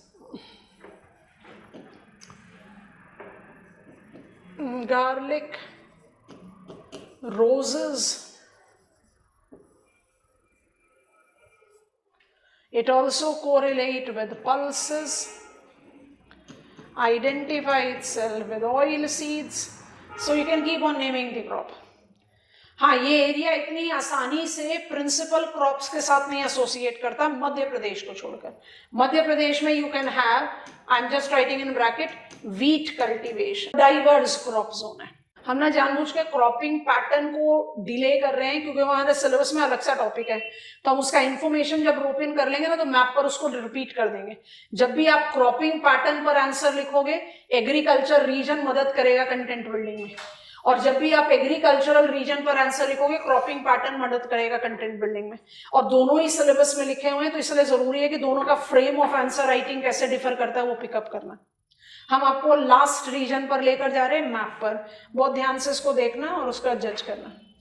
Which are the nutri cereals that India produces? India के nutri cereal की जो categories हैं वो include करती हैं। अगर हम map of world में जाएं तो rice is the prominent principal grain, followed on by wheat, और तीसरे नंबर पर आता है मेज। फूड क्रॉप्स में इंडिया में rice is the staple crop, followed on by wheat, तीसरे नंबर पर आता है ज्वार। Jowar is cultivated in much bigger broader area. ठीक है, तो मेरे पास कौन कौन से न्यूट्री सीरियल है? ज्वार है, बाजरा है, मेज है, रागी है और बार्ले है। बार्ले अभी हमारे रेडार पर नहीं आएगा, 4 आएंगे हमारे रेडार पर। कौन कौन से क्रॉप्स हैं जो न्यूट्री सीरियल हैं, इधर मार्क करते हैं, फिर चाय हटा देंगे। यहाँ पर लाइटर शेड करने में बैलेंस नहीं बनेगा, इधर लिख रहे हैं, देखो ध्यान से। जो आपका रेड सॉइल रीजन है ना, उसी पर डिमार्केट कर रहे हैं, तो you have to just be slight cautious with how we are noticing it. ये जो आपका चंबल वैली का रीजन है, इसको बाउंड्री लाइन पर डाल देते हैं, इसको हम लिखते हैं बाजरा रीजन, इसको हम लिखते हैं इधर बाजरा रीजन। उसके बाद थोड़ा सा ट्रांजिट कस्प पॉइंट पर आते हैं, तो ये आपका आता है मेज रीजन, जो बाय डिफॉल्ट कोरिलेट करता है नॉर्दर्न प्लेन्स ऑफ इंडिया में। जो आपने देखा उत्तर प्रदेश, हमने सैंपल केस लिया था, बाजरा भी कल्टीवेट कर रहे हो, मेज भी कल्टीवेट कर रहे हो, सब कुछ एज रेड सॉइल बेल्ट। उसके बाद ये सारा बेल्ट आपका आएगा ज्वार, सो आई एम जस्ट राइटिंग जे। जैसे ही आप पेनिनसुलर इंटीरियर, ये कौन सा एरिया आ गया? बैंगलोर मैसूर प्लाट्यू। बैंगलोर मैसूर प्लाट्यू का जो सदर्न एज है, नॉर्दर्न को कहते हैं शेषाचलम, और जो सदर्न उसको बोलते हैं मेलागिरी। मेलागिरी से आप फिर सदर्न हिल्स की तरफ जा सकते हो। तो जो कस्प एरिया है, तो I just want to put it a small oval और सर्कल हेयर, और इसको हम हाईलाइट कर रहे हैं एज रागी। अब ध्यान से सोचते हैं, रेड सॉइल रीजन में जितना आप एरिड लोकेशन पर चले गए हो गया बाजरा, जब आप ट्रांजिट पर सब ह्यूमिड पर आ गए, मोर टूवर्ड्स चंबल वैली, हो गया मेज रीजन। बाकी सारा प्लाट्यू रीजन जो हो गया वो आपका है ज्वार। रागी एसेंशियली कहा जाता है Bangalore Mysore table land and adjoining southern hills. अब 2 मिनट के लिए इस चीज को सोचो, how many food crops we are producing in India? 5 + 2। Barley अभी हमारे रेडार पर नहीं आया। 2 इज प्रिंसिपल ग्रेन, नाम बताओ। Rice wheat. Rice is par excellent dash crop. आप इंडियन ज्योग्राफी पढ़ रहे हैं बच्चों, kharif crop. And wheat is par excellent rabi crop. तो 2 क्रॉप तो हो गए। अब मेरे फूड क्रॉप में बचे 5, जिसमें 4 आपके सामने अभी प्लॉट किया before we write the content. अच्छा, अब हम कहें मेज, हम सीक्वेंस फॉलो नहीं कर रहे, बाजरा, ज्वार, रागी, द न्यूट्री सीरियल, मतलब 2 + 4 हो गए, 6 हो गए, एक बचा हुआ है barley, can be cultivated as kharif और रबी क्रॉप्स। अब अगर आपने प्रिलिमिनरी में कोई क्वेश्चन एनकाउंटर किया तो आप मेज, ज्वार, बाजरा एंड रागी को खरीफ में भी रबी में भी, दोनों में डाल सकते हो। मुझे 2 रीजन बताओ आप लोग कि ऐसा कैसे पॉसिबल है कि आप किसी क्रॉप को इतने एक्सट्रीम सीजन्स में कल्टीवेट कर सकते हो। एक हाई सन सीजन है, एक लो सन सीजन है। 2 रीजन चाहिए, जल्दी से बताओ। Majorly they are cultivated in peninsula. Peninsula में कोई डिफाइंड लो सन सीजन होता नहीं है। और दूसरा, don't forget they are nutri cereal. Nutri cereal को हम अर्लियर क्या बोलते थे? Coarse grain. क्यों बोलते थे? Can be cultivated in coarser condition.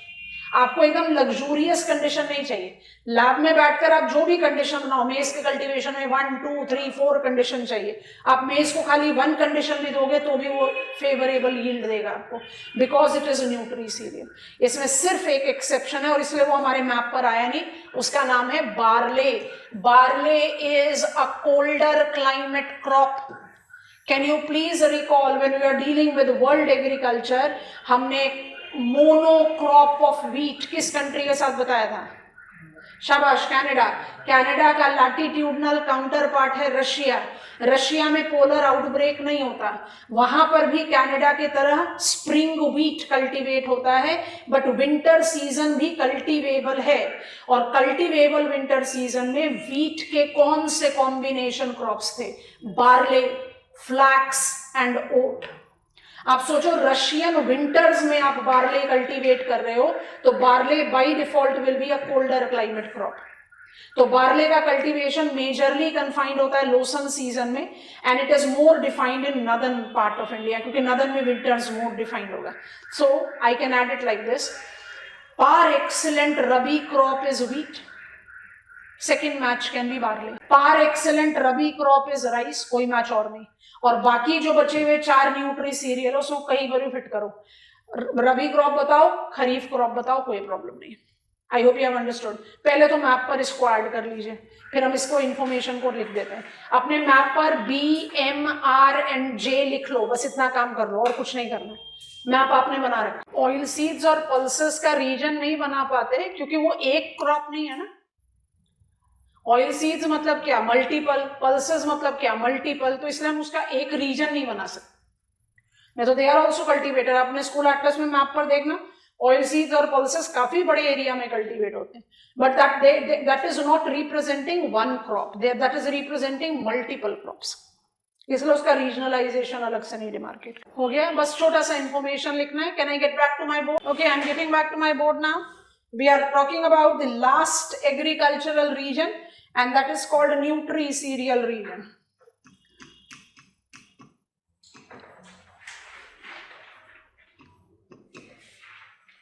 Is red soil plateau region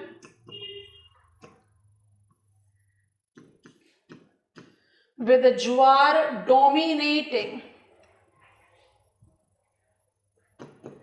maximum area, maize more confined in Chambal Valley, bajra in eastern Rajasthan, and ragi southern Karnataka with neighboring Tamil Nadu.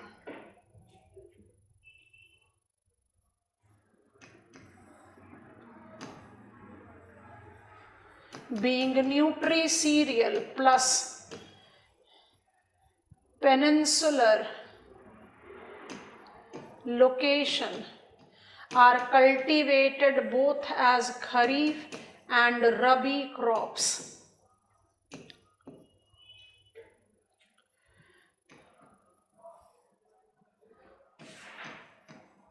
Combines with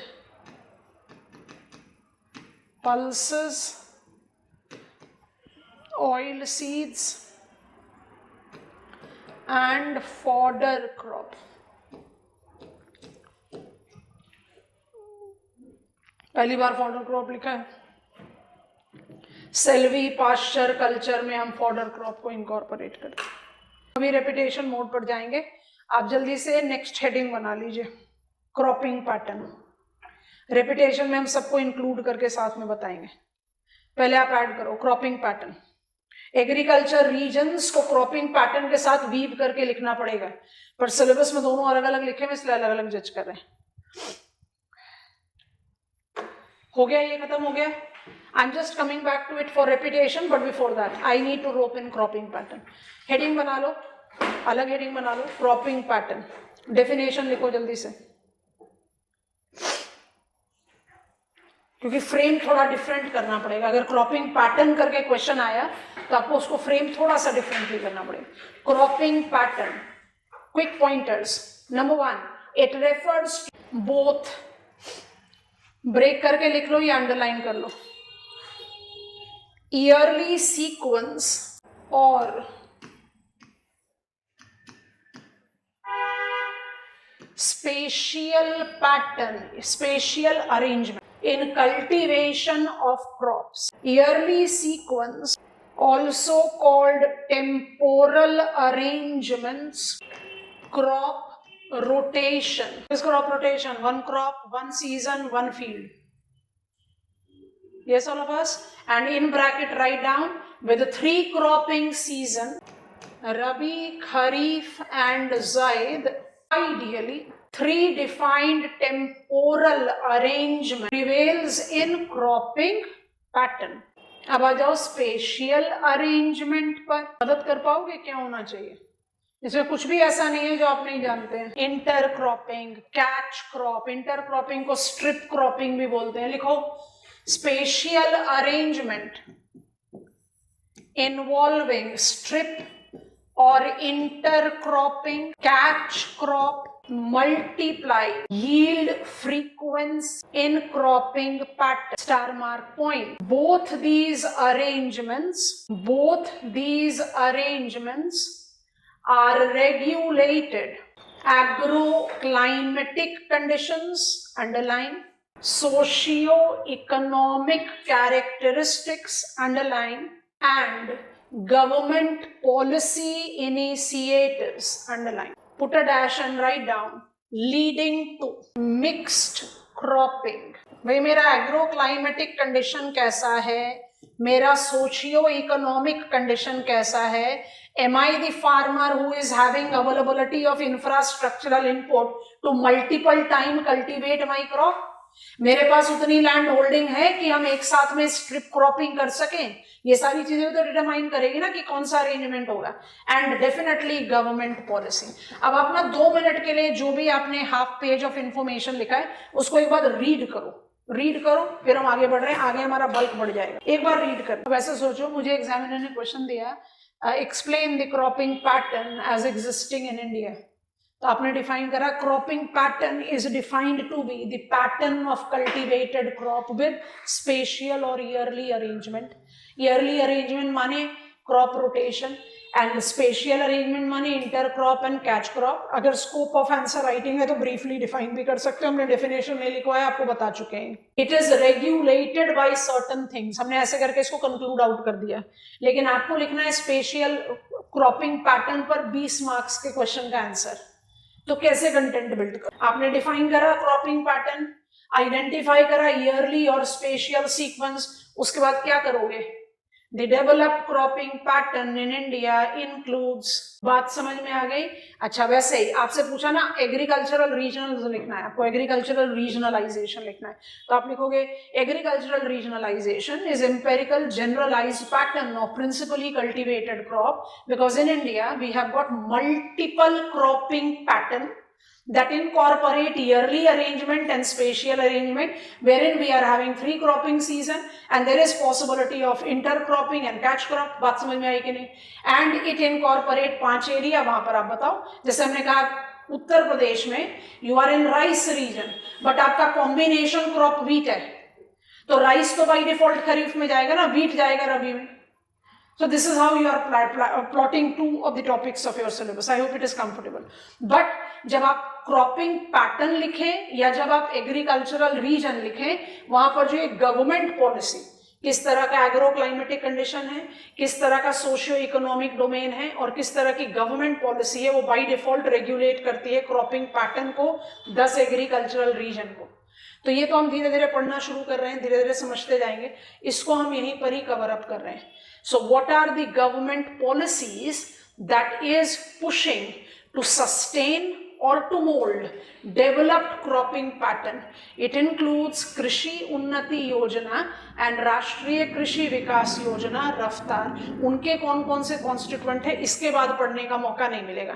तो आपने जो लिखा ना government policy, उसी के नीचे tell ender पर लिख दो और फिर हम बॉक्स आइटम क्रिएट कर लेंगे। आप डिसाइड करोगे आप उसको कितने डिटेल्स में लेकर जाओगे। कृषि उन्नति योजना एंड राष्ट्रीय कृषि विकास योजना। पहले बताओ यहां तक सब समझ में आ गया? चलिए अब बॉक्स आइटम शुरू कर दीजिए। कृषि उन्नति योजना KUY, धीरे धीरे करके इसके बल्क्स पिकअप करते जाएंगे, It will be easier for you to understand. National Food Security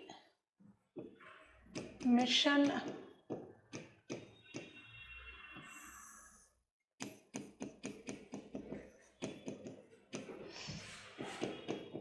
food crop. Number 2 national food security mission cash crop. आगे नंबर धीरे धीरे बढ़ाते जाएंगे समझने के बाद, ठीक है. फूड क्रॉप में मेरे पास है wheat component, rice component, pulses component, and now we have added nutri cereal to it. And cash crop में आपके पास है sugar cane, jute. Cropping pattern in India is facilitated, modified, sustained in the reference of government push that denotes the multiple government policies. Among the prominent programs that can be associated in my answer writing of agricultural regions or cropping pattern, it is Krishi Unnati Yojana. National Food Security Mission NFSM and National Food Security Act are very different from each other. Act के बारे में बात करेंगे जब food security के बारे में बात करेंगे. नेशनल फूड सिक्योरिटी मिशन की शुरुआत करी गई to facilitate the cultivation, dependable yield of the food crops. शुरू करा गया व्हीट और राइस से, इवेंचुअली ऐड किया गया पल्सेस की कहानी चलती है ग्रीन रेवोल्यूशन के साथ. ग्रीन रेवोल्यूशन जनरेशन 1, अब धीरे धीरे में बिल्टअप करना पड़ेगा because we will be reaching there to talk about impact. Green revolution generation 1, मेरे ख्याल से मैंने क्लास में इसके बारे में पहले भी बात करी हुई है. जनरेशन 1 का लॉजिक क्या था, ऑब्जेक्टिव क्या था, मुझे ना फूड सिक्योरिटी इंड्यूस करनी है. तो उस चक्कर में क्या हुआ, हमने व्हीट को, जो 10 साल का हमारे पास आंकड़ा है, 10-15 साल का, 1960 से लेकर मिड 70s अर्ली 80s तक का आप लो, तो व्हीट, क्योंकि rice has been a staple crop in India since the cultural past. Wheat is not a typical tropical climate crop.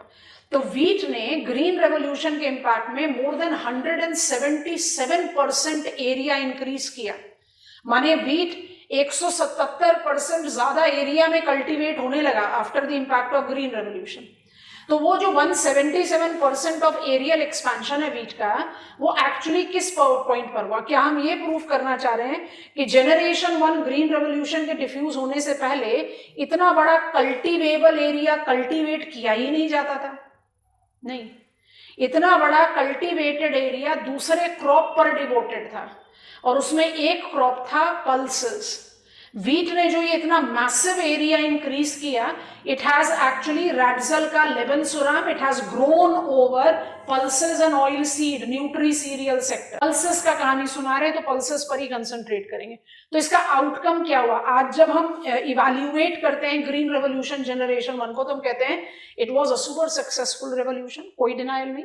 It increase the availability of principal grain, माने quantity of rice per plate and number of chapatis per plate definitely increased, but at the cost of reducing pulses. और आज की date पे भी pulses continues to be the principal source of protein to the Indian diet. Average बोलना आज की date में थोड़ा सा खतरनाक है बिकॉज पल्सेस के प्राइसेस रॉकेट हाई हैं and average Indian household में पल्सेस के कंजम्पशन में कटिंग डाउन टेंडेंसीज देखी जा रही हैं. But any case, because we are a typical dominantly vegetarian country, तो हमारा जो प्रिंसिपल सोर्स ऑफ प्रोटीन है वो पल्सेस से आता है. तो ग्रीन रेवोल्यूशन जनरेशन 1 ने फूड सिक्योरिटी दी, तब डेफिनेशन फूड सिक्योरिटी दिखा मेरा पेट भरा होना चाहिए, but at the cost of nutrition. इसलिए 1970s पर आते आते वी मोबिलाइज द प्रोग्राम, उसको बोलते हैं A3P. आपने सुना हो, एक्सीलरेटेड पल्सेस प्रोडक्शन प्रोग्राम. सो 3 P's. A3P का पर्पस क्या था? Dual nutrition security. ये एज इट इज सब्ज्यूम कर दिया गया नेशनल फूड सिक्योरिटी मिशन के पल्सेस कंपोनेंट में. डुअल का क्या मतलब? पहला तो समझ में आ गया भाई, प्रोटीन पर प्लेट इंक्रीज करें, भाई अवेलेबिलिटी, अफोर्डेबिलिटी ऑफ पल्सेस को एनहांस किया जाए कंट्री में. So that is nutrition security one. And दूसरा, pulses are leguminous crops. Wheat और राइस, राइट और वीस के जो सीक्वेंस ऑफ कल्टीवेशन था उससे सॉइल एग्जॉशन जैसी प्रॉब्लम हो रही थी. पल्सेस को अगर जगह देंगे तो soil will be in the position of nitrogen fixing, reviving it's fertility while giving you a favourable yield. ठीक हो गया. और न्यूट्री सीरियल तो आज के डेट में लाइमलाइटेड वर्जन पर है. न्यूट्री सीरियल को हमने हमेशा इग्नोर किया as coarser feed, and now we have started realizing no, it is equally nutritive, and that is the reason from the global platform to Indian platform, naming it, renaming it from coarse grain to nutri cereal, we have given a push. It should be informed. आप हमने जब आपको agriculture world पढ़ा रहे थे तो हमारे पास जितने इकोनॉमिक ज्योग्राफी वर्ल्ड के जो टेक्स्ट बुक्स हैं उनका जो पब्लिकेशन है वो 1970, 75, 80 के बाद नहीं हुआ. तो आप कोई से भी जो स्टैंडर्ड टेक्स्ट बुक है इसलिए एडवाइज ही नहीं करते रीड करने के लिए, डेटा ही इतना पुराना है. आप उनको पिकअप करोगे तो उसमें आपको एक स्टेटमेंट बड़ी आसानी से मिलता है, oats are hardest cereal cultivated, maize as corn is cultivated essentially as animal feed. आज की डेट में आप अग्री करोगे? नहीं. Oats are proven nutritive diet which has appeared almost everywhere in world as the breakfast cereal. तो nutri cereal is basically to enhance agro climatic regionalisation. आप गंगानगर से लेकर नागौर तक वीट कल्टीवेट करने की जिद करोगे तो वो इकोलॉजिकली हजार्डस होगा, इकोनॉमिकली चैलेंजिंग होगा.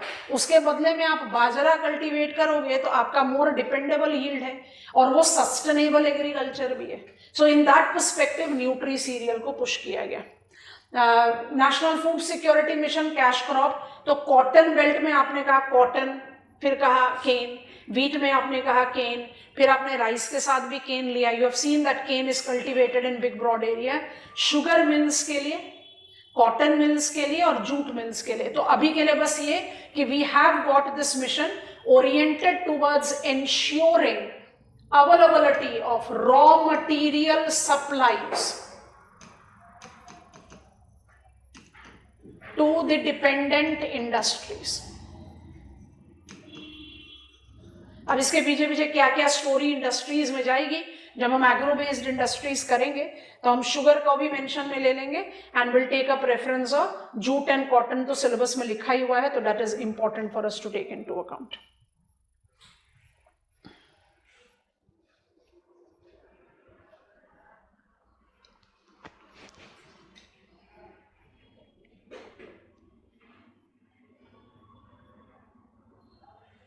ठीक है, आगे बढ़ते हैं.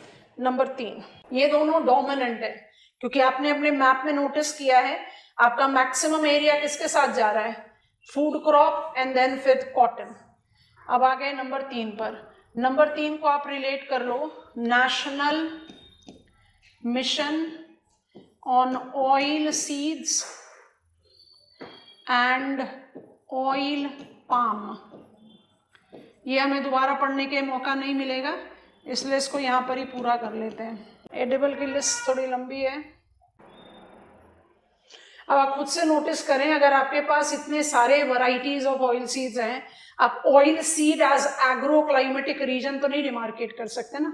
It will by default be understood as the combination crop with other crop. 1970s लिख लिया.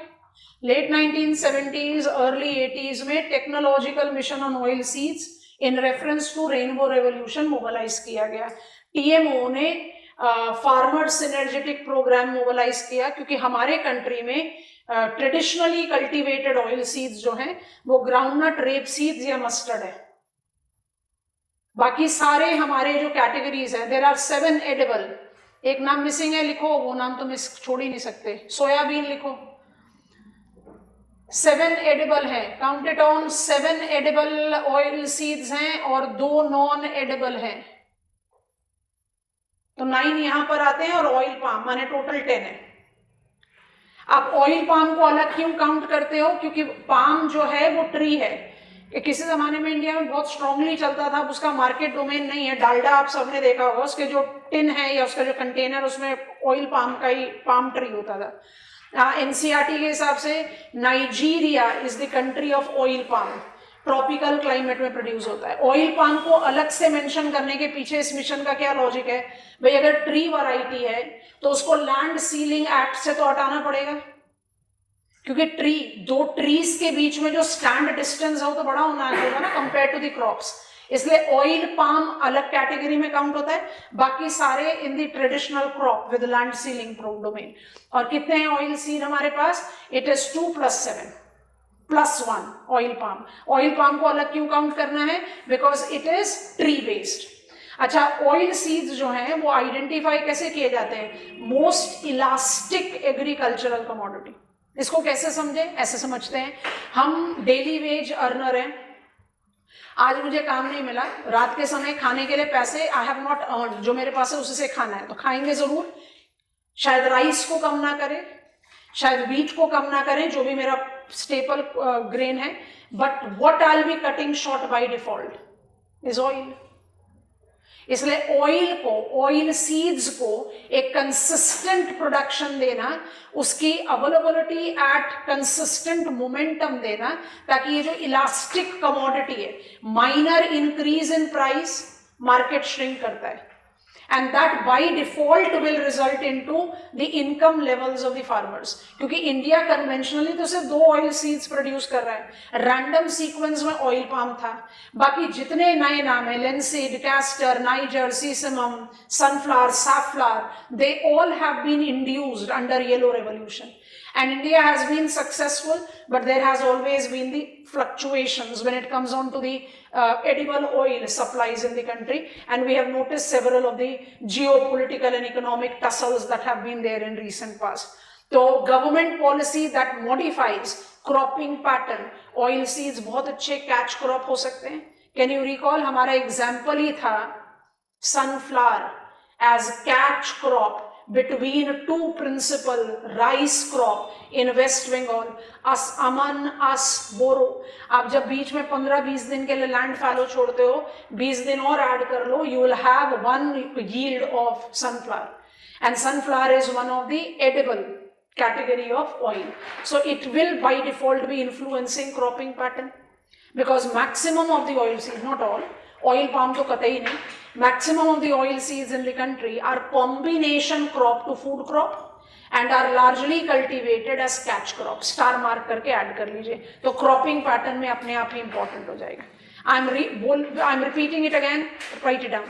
Maximum of oil seeds are combination crops including catch crop, thus manipulates cropping pattern, thus manipulates cropping pattern। हो गया। अब आ जाओ national mission on integrated horticulture develop. Horticulture मुझे आपको बताने की जरूरत नहीं है, but I definitely will write including spices, and that is the reason I have its implication pan India in the range of tropical, temperate and arid varieties। Agriculture को भी आप इस तरह से काउंट करो that you are taking it up as apple, you are taking it up as mango, you are taking it up as a guava, you are taking it up as potato, onion, brinjal, cabbage, you are taking it as lilies, you are taking it as marigold, you are taking it as sunflower, or you are taking it up as ginger, chilies। इतनी बड़ी list है कि आप इसको pan India cultivate तो कर रहे हो, पर आप इसका रीजन थोड़ी ना बना सकते हैं, because we are not talking about one crop. इसलिए जब आप बात करते हो ना कि इंटीग्रेटेड हॉर्टिकल्चर मिशन, तो अपने दिमाग में सोचो, हमने एग्रीकल्चरल रीजन में माउंटेन को तो हॉर्टिकल्चर ही बोल दिया, तो वहां तो बाई डिफॉल्ट ये मिशन एप्लीकेबल होगा। उसके बाद आप राइस बेल्ट को सोचो, मैंगो भी है, गुआवा भी है, and all the tropical varieties of vegetable भी है, तो वहां पर भी इंप्लाई होगा। व्हीट रीजन पर आ जाओ, व्हीट रीजन पर आ जाओ, will be incorporating the production purview of any horticultural crop. अभी बताया सनफ्लावर बहुत इंपॉर्टेंट है, आ गया हॉर्टिकल्चर। कॉटन रीजन पर जाओ, रोजेस भी लिखा, गार्लिक भी लिखा, and popular oranges and onion है ही। अब रेड सॉइल रीजन पर चले जाओ, आंध्र प्रदेश और राजस्थान को पकड़ो, पहले बताया है chillies, If I have to take reference of chilies as specific spice cultivated in India, आप बहुत आराम से केरला से बाहर निकल सकते हैं, and you are definitely incorporating Telangana, Andhra Pradesh and Rajasthan as the principal producer. Red soil region में आ गए ना. तो नटशेल क्या है? National mission on horticulture is equal to pan India.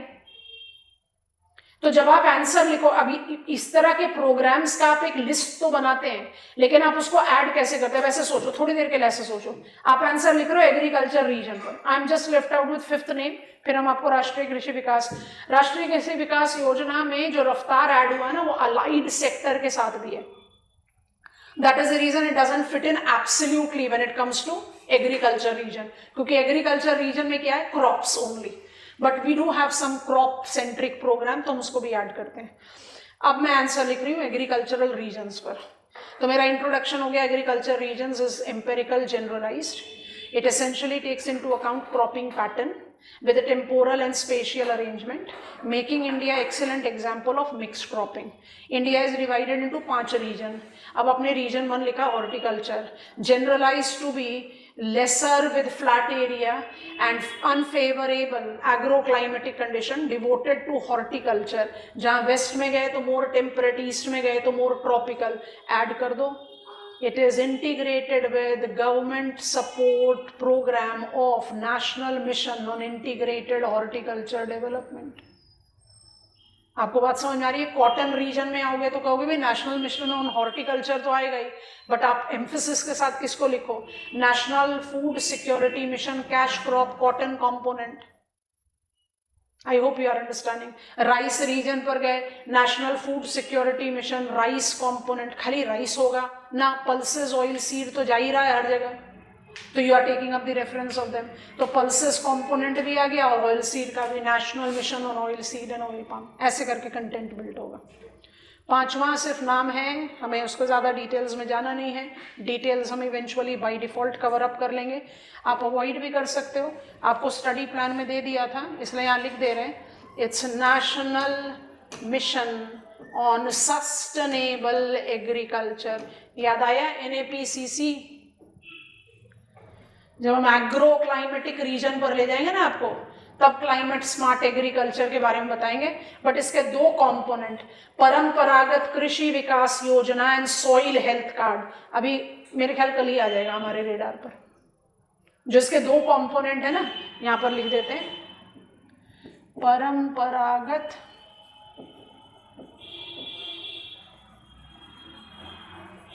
कृषि विकास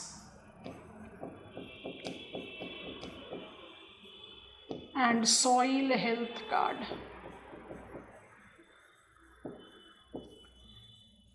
माने मिनिमल रिप्रेजेंटेशन है national mission on sustainable agriculture, but हमारे स्टडी ऑफ एग्रीकल्चर में ये बड़ी जल्दी ही हमारे रेडार पर. बॉक्स आइटम कंटिन्यूड है. ब्लॉक नंबर 2 पर आ गए. ये ब्लॉक नंबर 1 है, कृषि उन्नति योजना डन. अब आ जाओ ब्लॉक नंबर 2 पर, राष्ट्रीय कृषि विकास योजना रफ्तार. ब्रैकेट में रफ्तार को डिकोड कर लो. remunerative approach for agriculture and allied sector rejuvenation.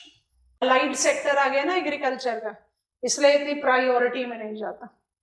इसमें 2-3 बड़े इंपॉर्टेंट हैं, लिखते हैं, लिख लो हमारे साथ.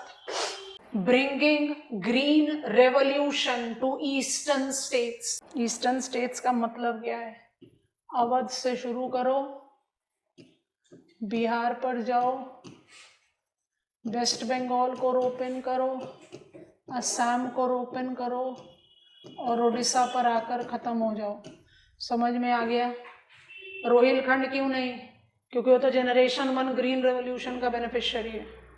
इसलिए ना राष्ट्रीय कृषि विकास योजना रफ्तार, अगर आपको लग रहा है कि स्कोप है राइटिंग का तो डिटेल कर देना, नहीं तो छोड़ सकते हो, क्योंकि यहाँ पर ना दूसरे सेक्टर भी आ रहे हैं, खाली क्रॉप नहीं रह रहा है ना.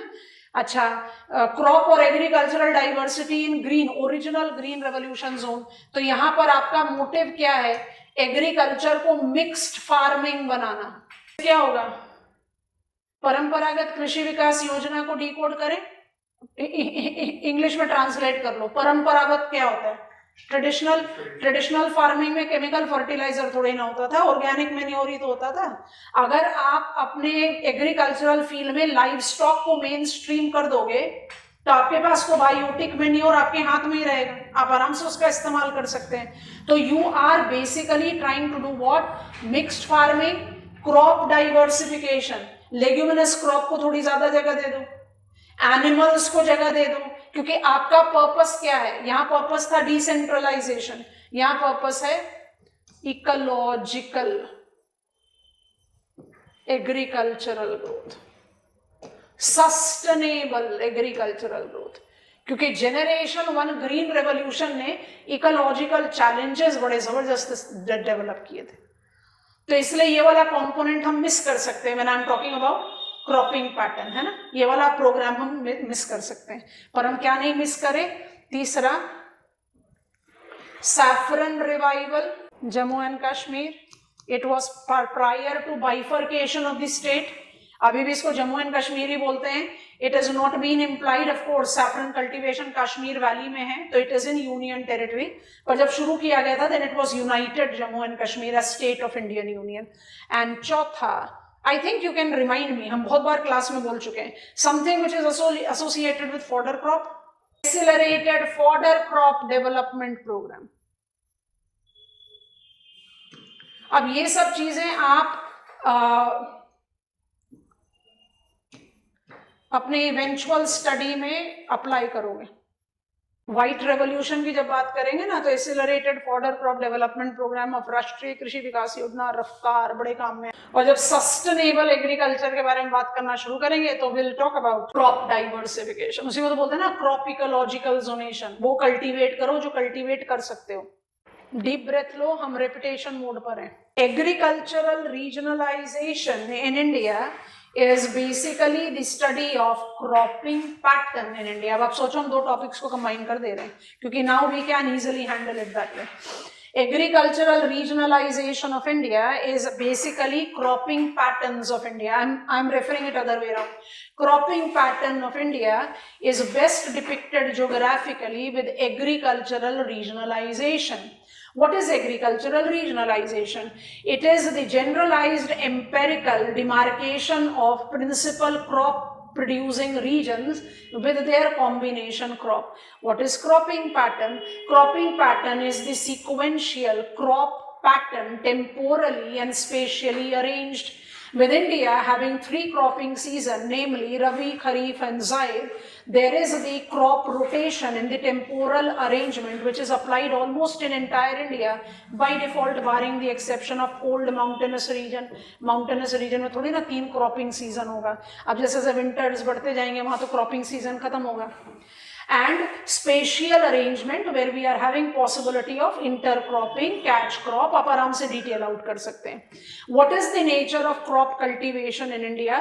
Generally demarcated in giving recognition to areas devoted to the crop and remunerative crop as well। We divide India into 5 agricultural zone। Mountains is horticulture।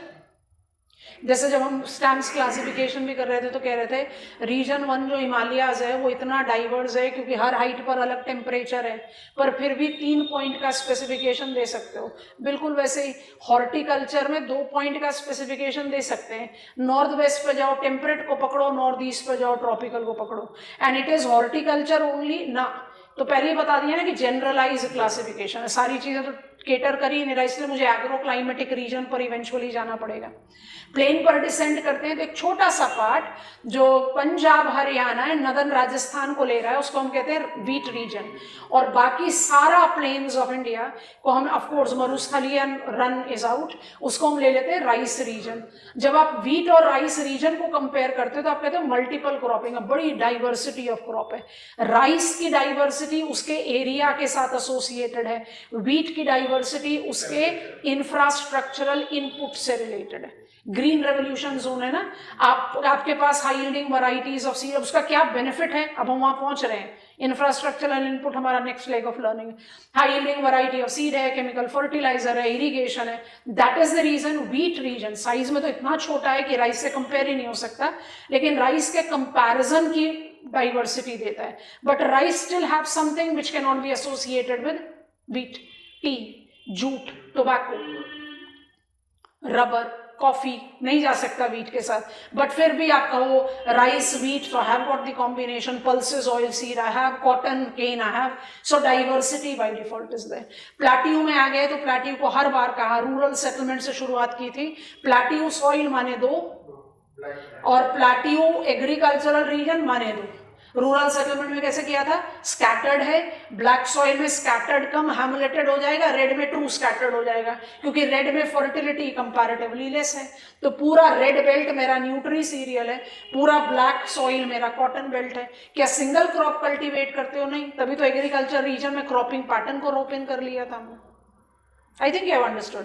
और क्रॉपिंग पैटर्न या एग्रीकल्चर रीजन को एनरिच करने के लिए क्या कर सकते हैं भाई, मेरी एग्रो क्लाइमेटिक कंडीशन, मेरा सोशियो इकोनॉमिक पैरामीटर के साथ साथ गवर्नमेंट पॉलिसी सपोर्ट जस्टिफाई करती है कि किस तरीके का क्रॉपिंग पैटर्न होगा, उसमें क्या मोल्ड होगा। तो कौन कौन सी गवर्नमेंट पॉलिसीज हैं जो एग्रीकल्चरल रीजन, अब एग्रीकल्चर रीजन माने क्रॉप, तो कृषि उन्नति योजना मेरा 100% फिट इन हो रहा है, राष्ट्रीय कृषि विकास योजना में थोड़ा फिट होता है, थोड़ा नहीं होता है, तो आप डिसाइड कर लेना। But because we are talking about the important agriculture programme, तो हमने बॉक्स में बना लिया सबको।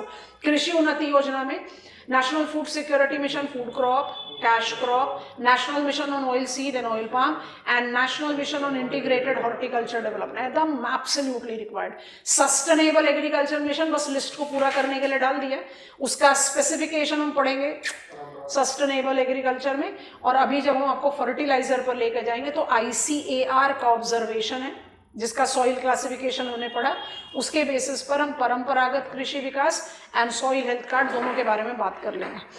अच्छा, राष्ट्रीय कृषि विकास योजना रफ्तार is for allied sector also. You are basically trying to rejuvenate, you are enhancing the remuneration to agriculture and allied sector. So in that I have got bringing green revolution to eastern states. इसका मतलब मुझे green revolution को थोड़ा सा decentralize करना है, question भी पूछा हुआ examination. If green revolution have yielded so many negative things, what is the possibilities or why are we pushing green revolution to the newer area? क्योंकि green revolution generation 1 ने सिर्फ फूड सिक्योरिटी को target किया था, तो pour more and take out more वाला culture था, जितना डालो उतना निकाल लो, जिससे हमने ग्रेजुअली रियलाइज किया soil exhaustion, salinization, ground water table depletion, water logging, बड़े सारे एनवायरमेंटल प्रॉब्लम। अब हम रियलाइज करते हैं that it will not be that way. तो क्या हम बायोटेक्नोलॉजी का इस्तेमाल करना छोड़ दें? नहीं, फूड प्रोडक्शन तो बढ़ाना ही है, पॉपुलेशन बढ़ रही है। So in that we have become more judicial, we have become more sustainable. तो वो पॉइंट हम इवेंचुअली एड ऑन करते हैं। तो राष्ट्रीय कृषि विकास योजना में bringing green revolution to eastern state, crop diversification slash agricultural diversification in regional green revolution, saffron cultivation and accelerated fodder crop development, जिसमें 3 तो बिल्कुल क्रॉप ओरिएंटेड है, बट एक थोड़ा क्रॉप के साथ और भी livestock, mainstreaming etcetera आ जाता है। इसलिए कहा कि राष्ट्रीय कृषि विकास योजना को लिख भी सकते हो, छोड़ भी सकते हो, जब आप सैंपलिंग कर रहे हो कि how government policy tends to influence cropping pattern. हमारा इंट्रोडक्शन ऑफ एग्रीकल्चर हो गया, अब इसी पर हम बिल्ड करेंगे इंफ्रास्ट्रक्चरल इनपुट। कल आ जाओ मैप मार्किंग पर जल्दी से। Eastern western Ghats and southern hills mark हो चुके हैं, आज मार्क करो। मैप ऑफ इंडिया से ही पिकअप करो, जहाँ रीजनल की रिक्वायरमेंट होगी वहाँ रीजनल पर ले जाएंगे। North western part of peninsular India, peninsular plateau is demarcated by Aravalli. तो मेरा लाइन जो है वो नॉर्थ ईस्ट से साउथ वेस्ट की तरफ जाएगा, अरावली मार्क होगा। अरावली के बिल्कुल साउथ वेस्ट पैरेलल छोटा सा आर्क आएगा अबू हिल्स के लिए। आपका मैप हिल्स एंड प्लेट्यू है तो मेवाड़ प्लेट्यू आप नहीं मार्क करेंगे। इसके बाद आप आ जाएंगे, अब डिफिकल्ट टास्क पर आ गए हो आप आ जाओगे मार्क करने के लिए विंध्यंस एंड सतपुरास। ठीक है, अब विंध्यन एंड सतपुरास का तो 2 parallel running arc from west to north east जाएगा। पहले तो आप ये दोनों आर्क बना लेंगे, विंध्यंस और Satpuras, with the appropriation of Narmada and Tapi, जो आपको कोस्टल एरिया में शोरलाइन से बहुत आराम से सपोर्ट में मिल जाएगा।